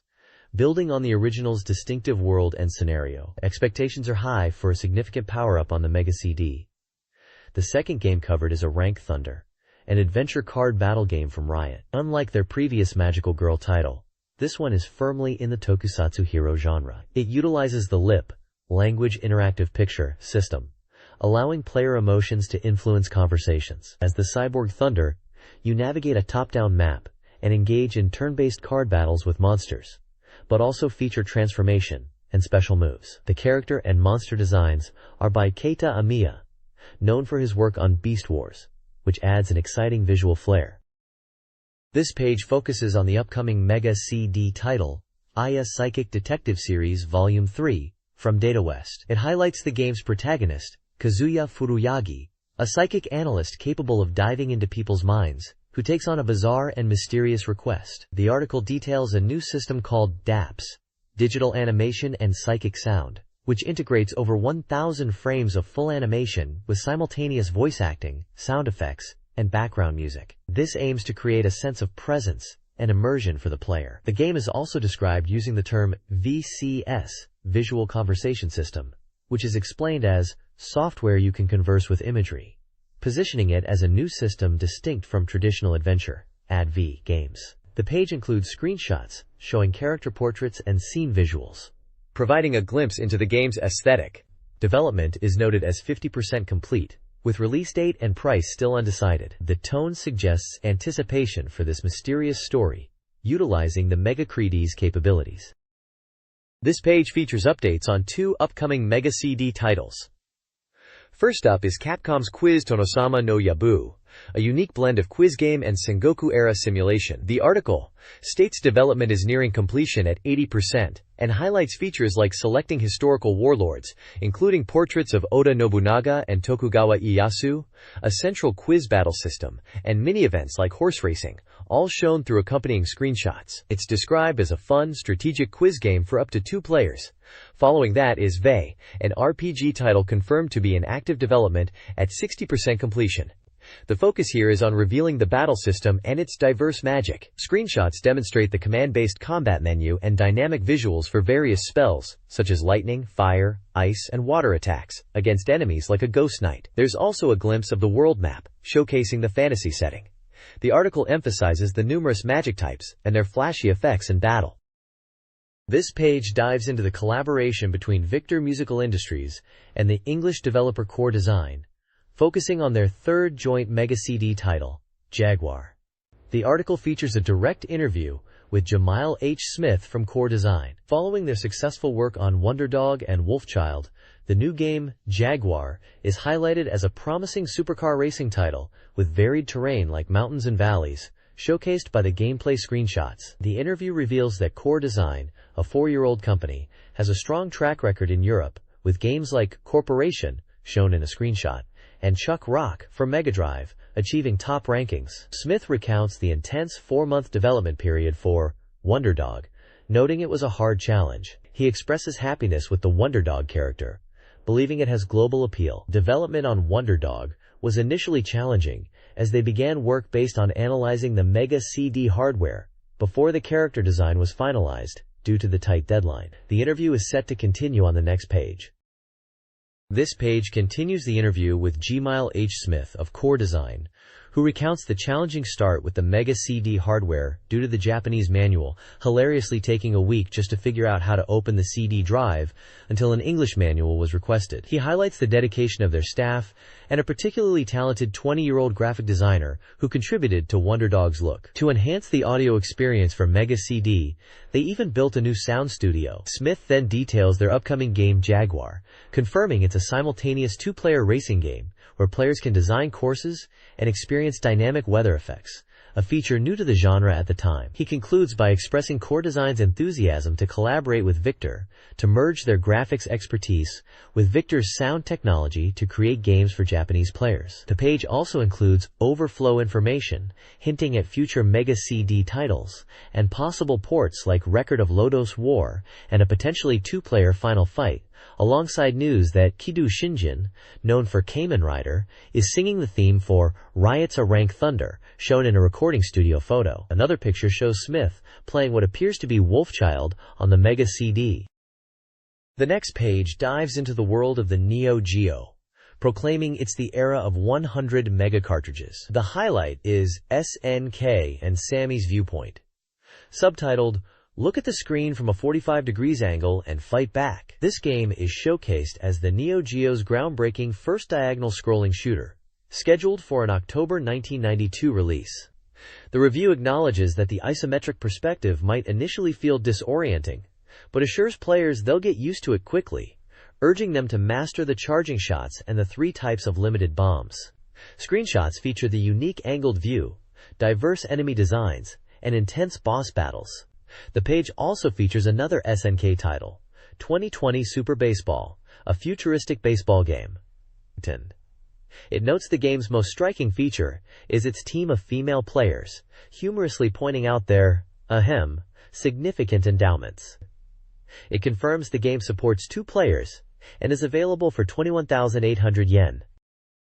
This page features a review of Shadow Crusader, Harukanaru Ukoku for the Sega Game Gear. The magazine highlights it as the console's first full-fledged RPG, utilizing a large 4 MB ROM. The reviewer notes the game sets itself apart from typical fantasy by adopting a unique Arabian atmosphere, praising the developer's ambition and the game's completion level. The game was released on September 18, 1992. The review provides a brief synopsis of the story, starting with a 1,000-year-old legend about sealing a devil king and focusing on the descendant of the hero. It introduces 4 key companions who join the protagonist: the prince, a genie, Majin, summoned from a lamp, Sinbad, and a thief, Sheet, specializing in stealth. The game's narrative is structured into 5 chapters, detailing the journey from escaping flames to facing the final boss, Devil King Ahriman. The review includes screenshots showing character portraits, turn-based battles, exploration on the world map, and dialogue scenes. Ratings are provided for operability, 4, game balance, 4, and sustainability, 4.5. The overall impression is positive, with the reviewer recommending the game to RPG fans, particularly highlighting the character, Ahriman. This page features a review of Phantasy Star Gaiden for the Sega Game Gear. This fan-anticipated title is set 500 years after the original Phantasy Star in the Algol star system. While initially rumored to be a remake of the first game for the Game Gear, it evolved into an entirely new adventure. The game utilizes a command-based RPG system with field exploration, moving away from the first-person 3D dungeons some series fans might have expected. The story follows 2 main protagonists, Alec and Minina, as they embark on a journey that could determine the fate of the world of Alessarand. The gameplay is noted to start a bit slowly, but picks up pace as characters gain levels. The world map is depicted, showing various areas for adventure, including towns, dungeons, and the overworld. The review highlights the rich visual scenes, including dialogue portraits, battle sequences, and event scenes, noting that town visuals have a slightly adult feel compared to previous Phantasy Star entries. Ratings are provided, with operability scoring 3.5, AvSide 4, Game Balance 3, and Sustainability 4. A 1-point review compares it to Shadow Crusader, released around the same time, finding Sega's strategy of launching 2 RPGs together somewhat puzzling. Phantasy Star Gaiden is described as a well-made, orthodox RPG with no significant flaws or standout features, ultimately deemed better than earlier RPGs on the Game Gear. The next page features new software releases for the Game Gear. First up is Batman Returns, an action game based on the recent movie. It pits Batman against the Penguin in Gotham City, highlighting the game's success in recreating the film's unique dark atmosphere with impressive graphics for the system. A screenshot shows Batman using his grapple hook. Next is Chuck Rock, a horizontal scrolling action game starring a caveman. It was already available overseas on the Genesis, but this Game Gear release is noted as a sudden arrival. The gameplay is described as wild, with the protagonist's unique attacks involving his belly. It's pondered if it feels like the Flintstones. Screenshots show Chuck Rock battling various prehistoric enemies. Finally, there's In the Wake of Vampire, a horror action game set in 19th century London, Picma. You play as a researcher investigating supernatural events and murders. The game features atmospheric stages like cemeteries, old castles, and rooms full of traps, drawing comparisons to Castlevania. Screenshots depict the character fighting creatures in dark, gothic environments. The bottom section, G.G. Hotline, appears to be a reader feedback section discussing the Game Gear and its software. This page dives into the world of overseas PC software, accessible via the TerraDrive. It highlights two significant titles. First up is The Dagger of Amon-Ra, a mystery adventure from Sierra Online, the creators of the IBM PC version of Rise of the Dragon. Set in an Egyptian museum, you play as reporter Laura Bow investigating a burglary and murder. The game is praised for its VGA 256 color graphics, Sierra's intuitive icon-based interface, and captivating animated mystery development. Screenshots show character portraits, a scene of a mysterious death, and hints of intrigue. Next is LucasArts Flight Simulator, Secret Weapon of the Luftwaffe. Already known to PC gamers, this section announces the release of data discs for the game, expanding the experience. The simulator boasts incredibly realistic cockpits, tactical maps essential for planning missions, and beautifully rendered, extensively animated streetscapes and environments. Screenshots showcase a detailed He-162 cockpit, AP-38 on a tactical map, and a city scene emphasizing the graphical detail and animation. The page also touches on practical aspects of running overseas PC software on the TerraDrive, briefly explaining expanded memory specification, EMS, and its importance for certain games that require more memory than standard. Finally, it features a call for reader feedback on overseas software and the TerraDrive. Difficult Games International Rescue Mission Area Go Go provides solutions for challenging game sections. For King Colossus, it details defeating the final boss Gryud, recommending Time Stop and Flash Sword in Phase 1, and the Peacock Staff in Phase 2. Screenshots illustrate the boss fight. A short review recommends the game. Next, it aids players in Nadia, The Secret of Blue Water, assisting with a locked door. The solution involves finding dynamite in a warehouse to progress, with screenshots marking the location. Lastly, it answers a player's question about Phantasy Star Adventure, clarifying the protagonist's connection to Alice from Phantasy Star II. A Sega developer hints at a connection, but avoids a definitive answer, encouraging player speculation. This page features assistance for several Mega Drive games. For Bahamut Legend, a reader asks about the strongest heroes of different alignments, and the connection between heroes L equals Foss and L equals Moa. The answer reveals that L equals Foss is indeed L equals Moa, confirming a surprising link between the characters. A table lists hero stats, detailing their abilities and costs. Next up is The Revenge of Shinobi. A query about different product versions leads to an explanation that alongside the Japanese release, there is an overseas Genesis version. This version notably features altered character graphics, with examples shown illustrating changes like the boss resembling Batman becoming a demon, a Godzilla-like creature turning into a skeletal monster, and a rocker enemy changing to a skinhead, hinting at copyright issues as the reason for these modifications. The current version available is the overseas one. Finally, help is offered for WrestleBall for a player stuck on the final American team. The solution suggests using a trick involving holding down and B on the team select screen to access different teams, or alternatively, using a password Mwaki in 1P League mode to get 995 bonus points for the final match. A sound test password KWGen is also provided. The page also includes a short review for Bahamut Legend and contact information for players seeking help with difficult games. This page features the BeepMD Hidden Technique League Volume 30, focusing primarily on tips and hidden content for Dynabrothers. First up is the anime mode, accessed by entering the password ANIM at the password screen. This cool feature lets you view the animation patterns of all characters in the game. You can control the playback, character, animation, and even facing direction. Next, there's a whole host of hidden stages unlocked via various passwords. These include stages with distinct visual themes, like the Benny stage with large lips, the Love stage shaped like the word, the Demo stage resembling a commercial, and the Mizu stage, which the game map calls Himadane, boring. Other stages introduce unique gameplay twists, such as the EEEE stage, where the alien side is limited to herbivores, or the Naga stage, filled with obstacles and confusing enemy/ally appearances. The Meat stage features incoming meteors. Niku has sudden celestial events, and Geeky divides the terrain, allowing for tactical unit spawning. There's also a Pugu stage focused on that specific creature. Finally, you can even play as the alien side, the invaders, by entering the password MHRI on the password screen. Clearing this unique perspective stage will reveal the password for the next regular stage. The page notes that playing as the alien side feels like it changes your winning chances. A small section also briefly mentions a tip for Thunder Force IV regarding clearing the final stage to view the ending in option mode.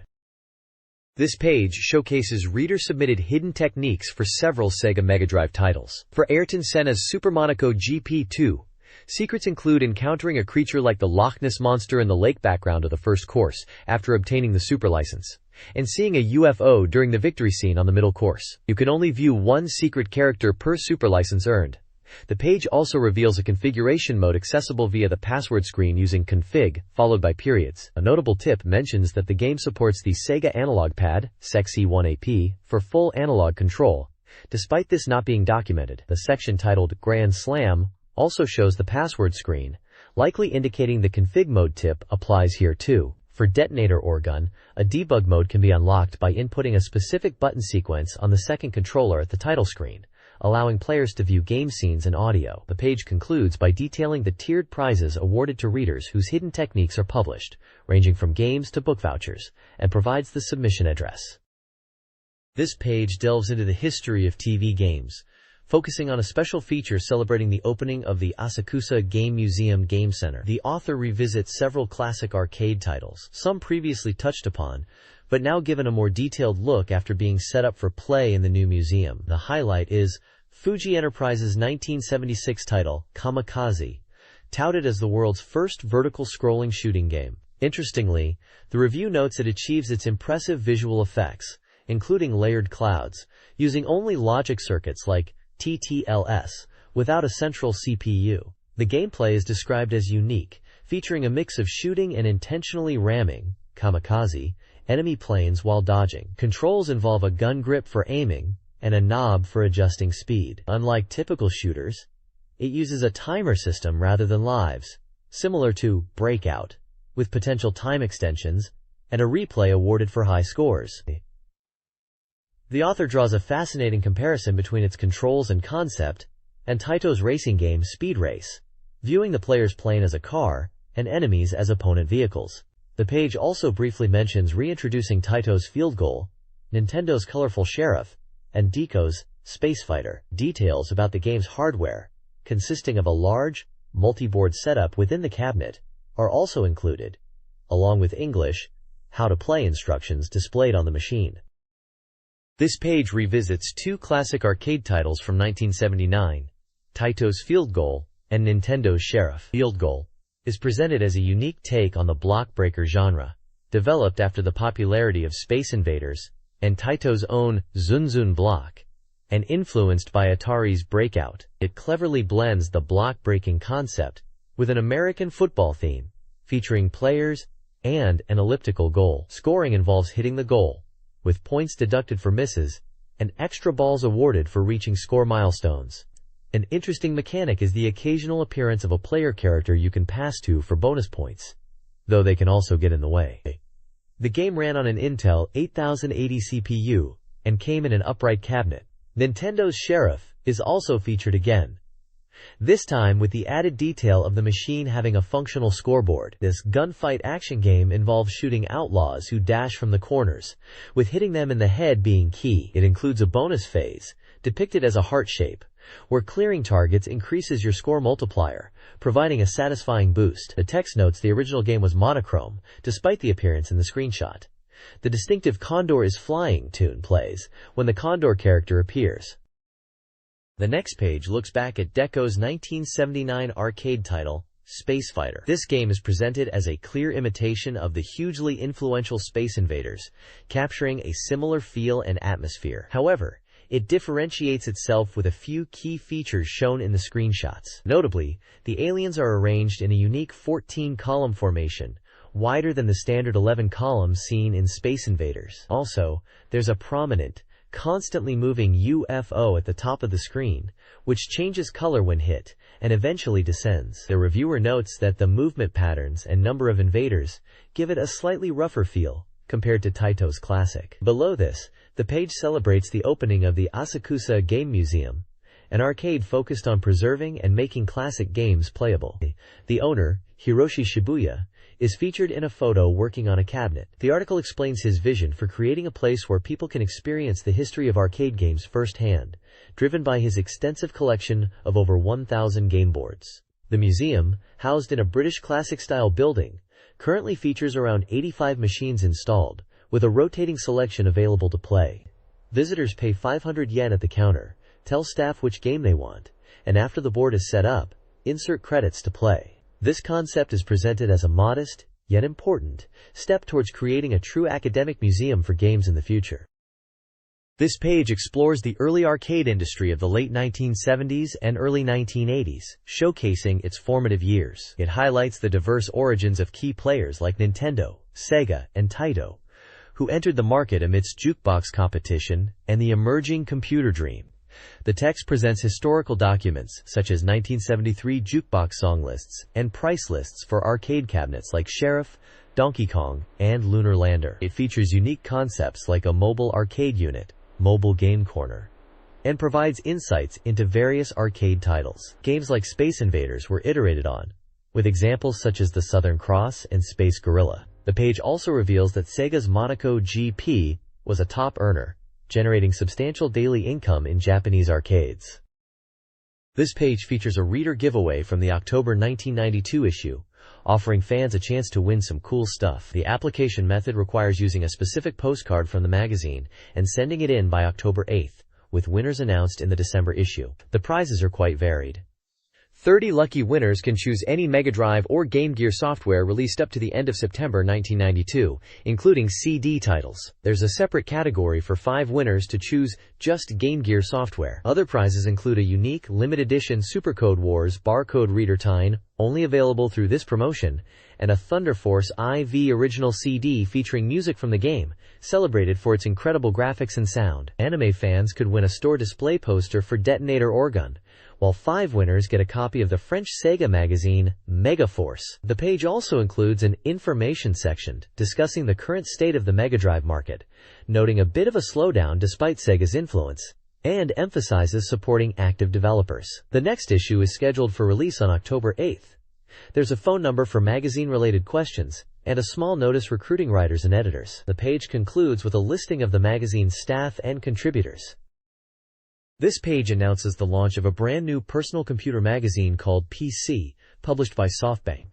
It is set to debut on October 17th and will be released monthly on the 18th, priced at 580 yen. The magazine promises over 100 pages of reviews, test data, and information covering purchasing sci-fi and related products, including a focus on entertainment and a rich visual layout. The introductory text highlights that the PIEC market is growing and diversifying, making it harder for users to choose. The magazine aims to provide essential product information to help. Featured articles include user polls on the best PCs, peripherals, and software, specifically highlighting the best Windows PC, best 486 Hires PC, best word processor, and the best PC for games, mentioning platforms like the NEC PC 98 series, Mac, DOS/V, FM Towns, and X68000. There's also a special appendix with an original disc mentioned. The magazine is actively seeking reader contributions for product reviews, market reports, tips and tricks for hardware and software, and general feedback,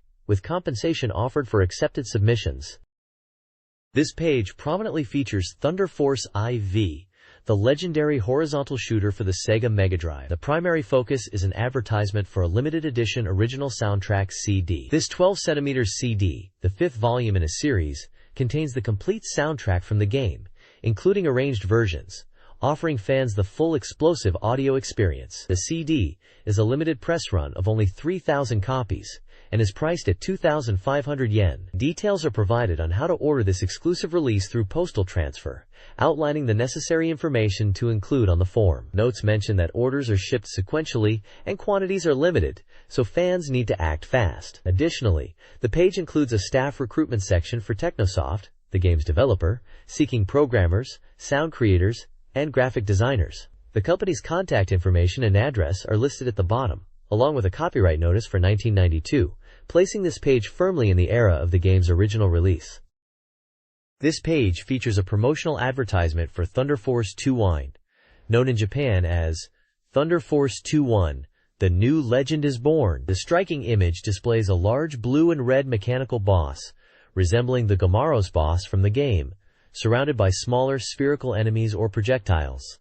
The text confirms the game's title, announces that it is highly praised, and now on sale, listing the price as 8,800 yen before tax. This page serves to promote one of Technosoft's signature shooter titles, building on the magazine's focus on the developer's work seen on the previous page. This page highlights two upcoming Sega Game Gear titles. The top section features Batman Returns, an action game based on the hit movie. You can see images of Michael Keaton's Batman, Danny DeVito's Penguin, and Michelle Pfeiffer's Catwoman from the film, alongside screenshots of the 8-bit Game Gear adaptation. The text sets the scene in crime-ridden Gotham City, urging Batman to use his gadgets to restore peace. Below that is Shaddam Crusader, an Arabian fantasy role-playing game for the Game Gear. Vibrant anime-style artwork depicts the main characters and a map, hinting at an epic adventure. The description explains that the once peaceful kingdom of Shaddam is under threat from the evil Euphrates Empire, and the player, as a prince, must gather companions to defeat the enemy. The page also includes information about the Game Gear hardware itself, detailing the console price and the optional TV tuner, emphasizing its portability and ability to play games anywhere. A familiar image of Sonic the Hedgehog sits at the bottom left, a constant reminder of Sega's mascot.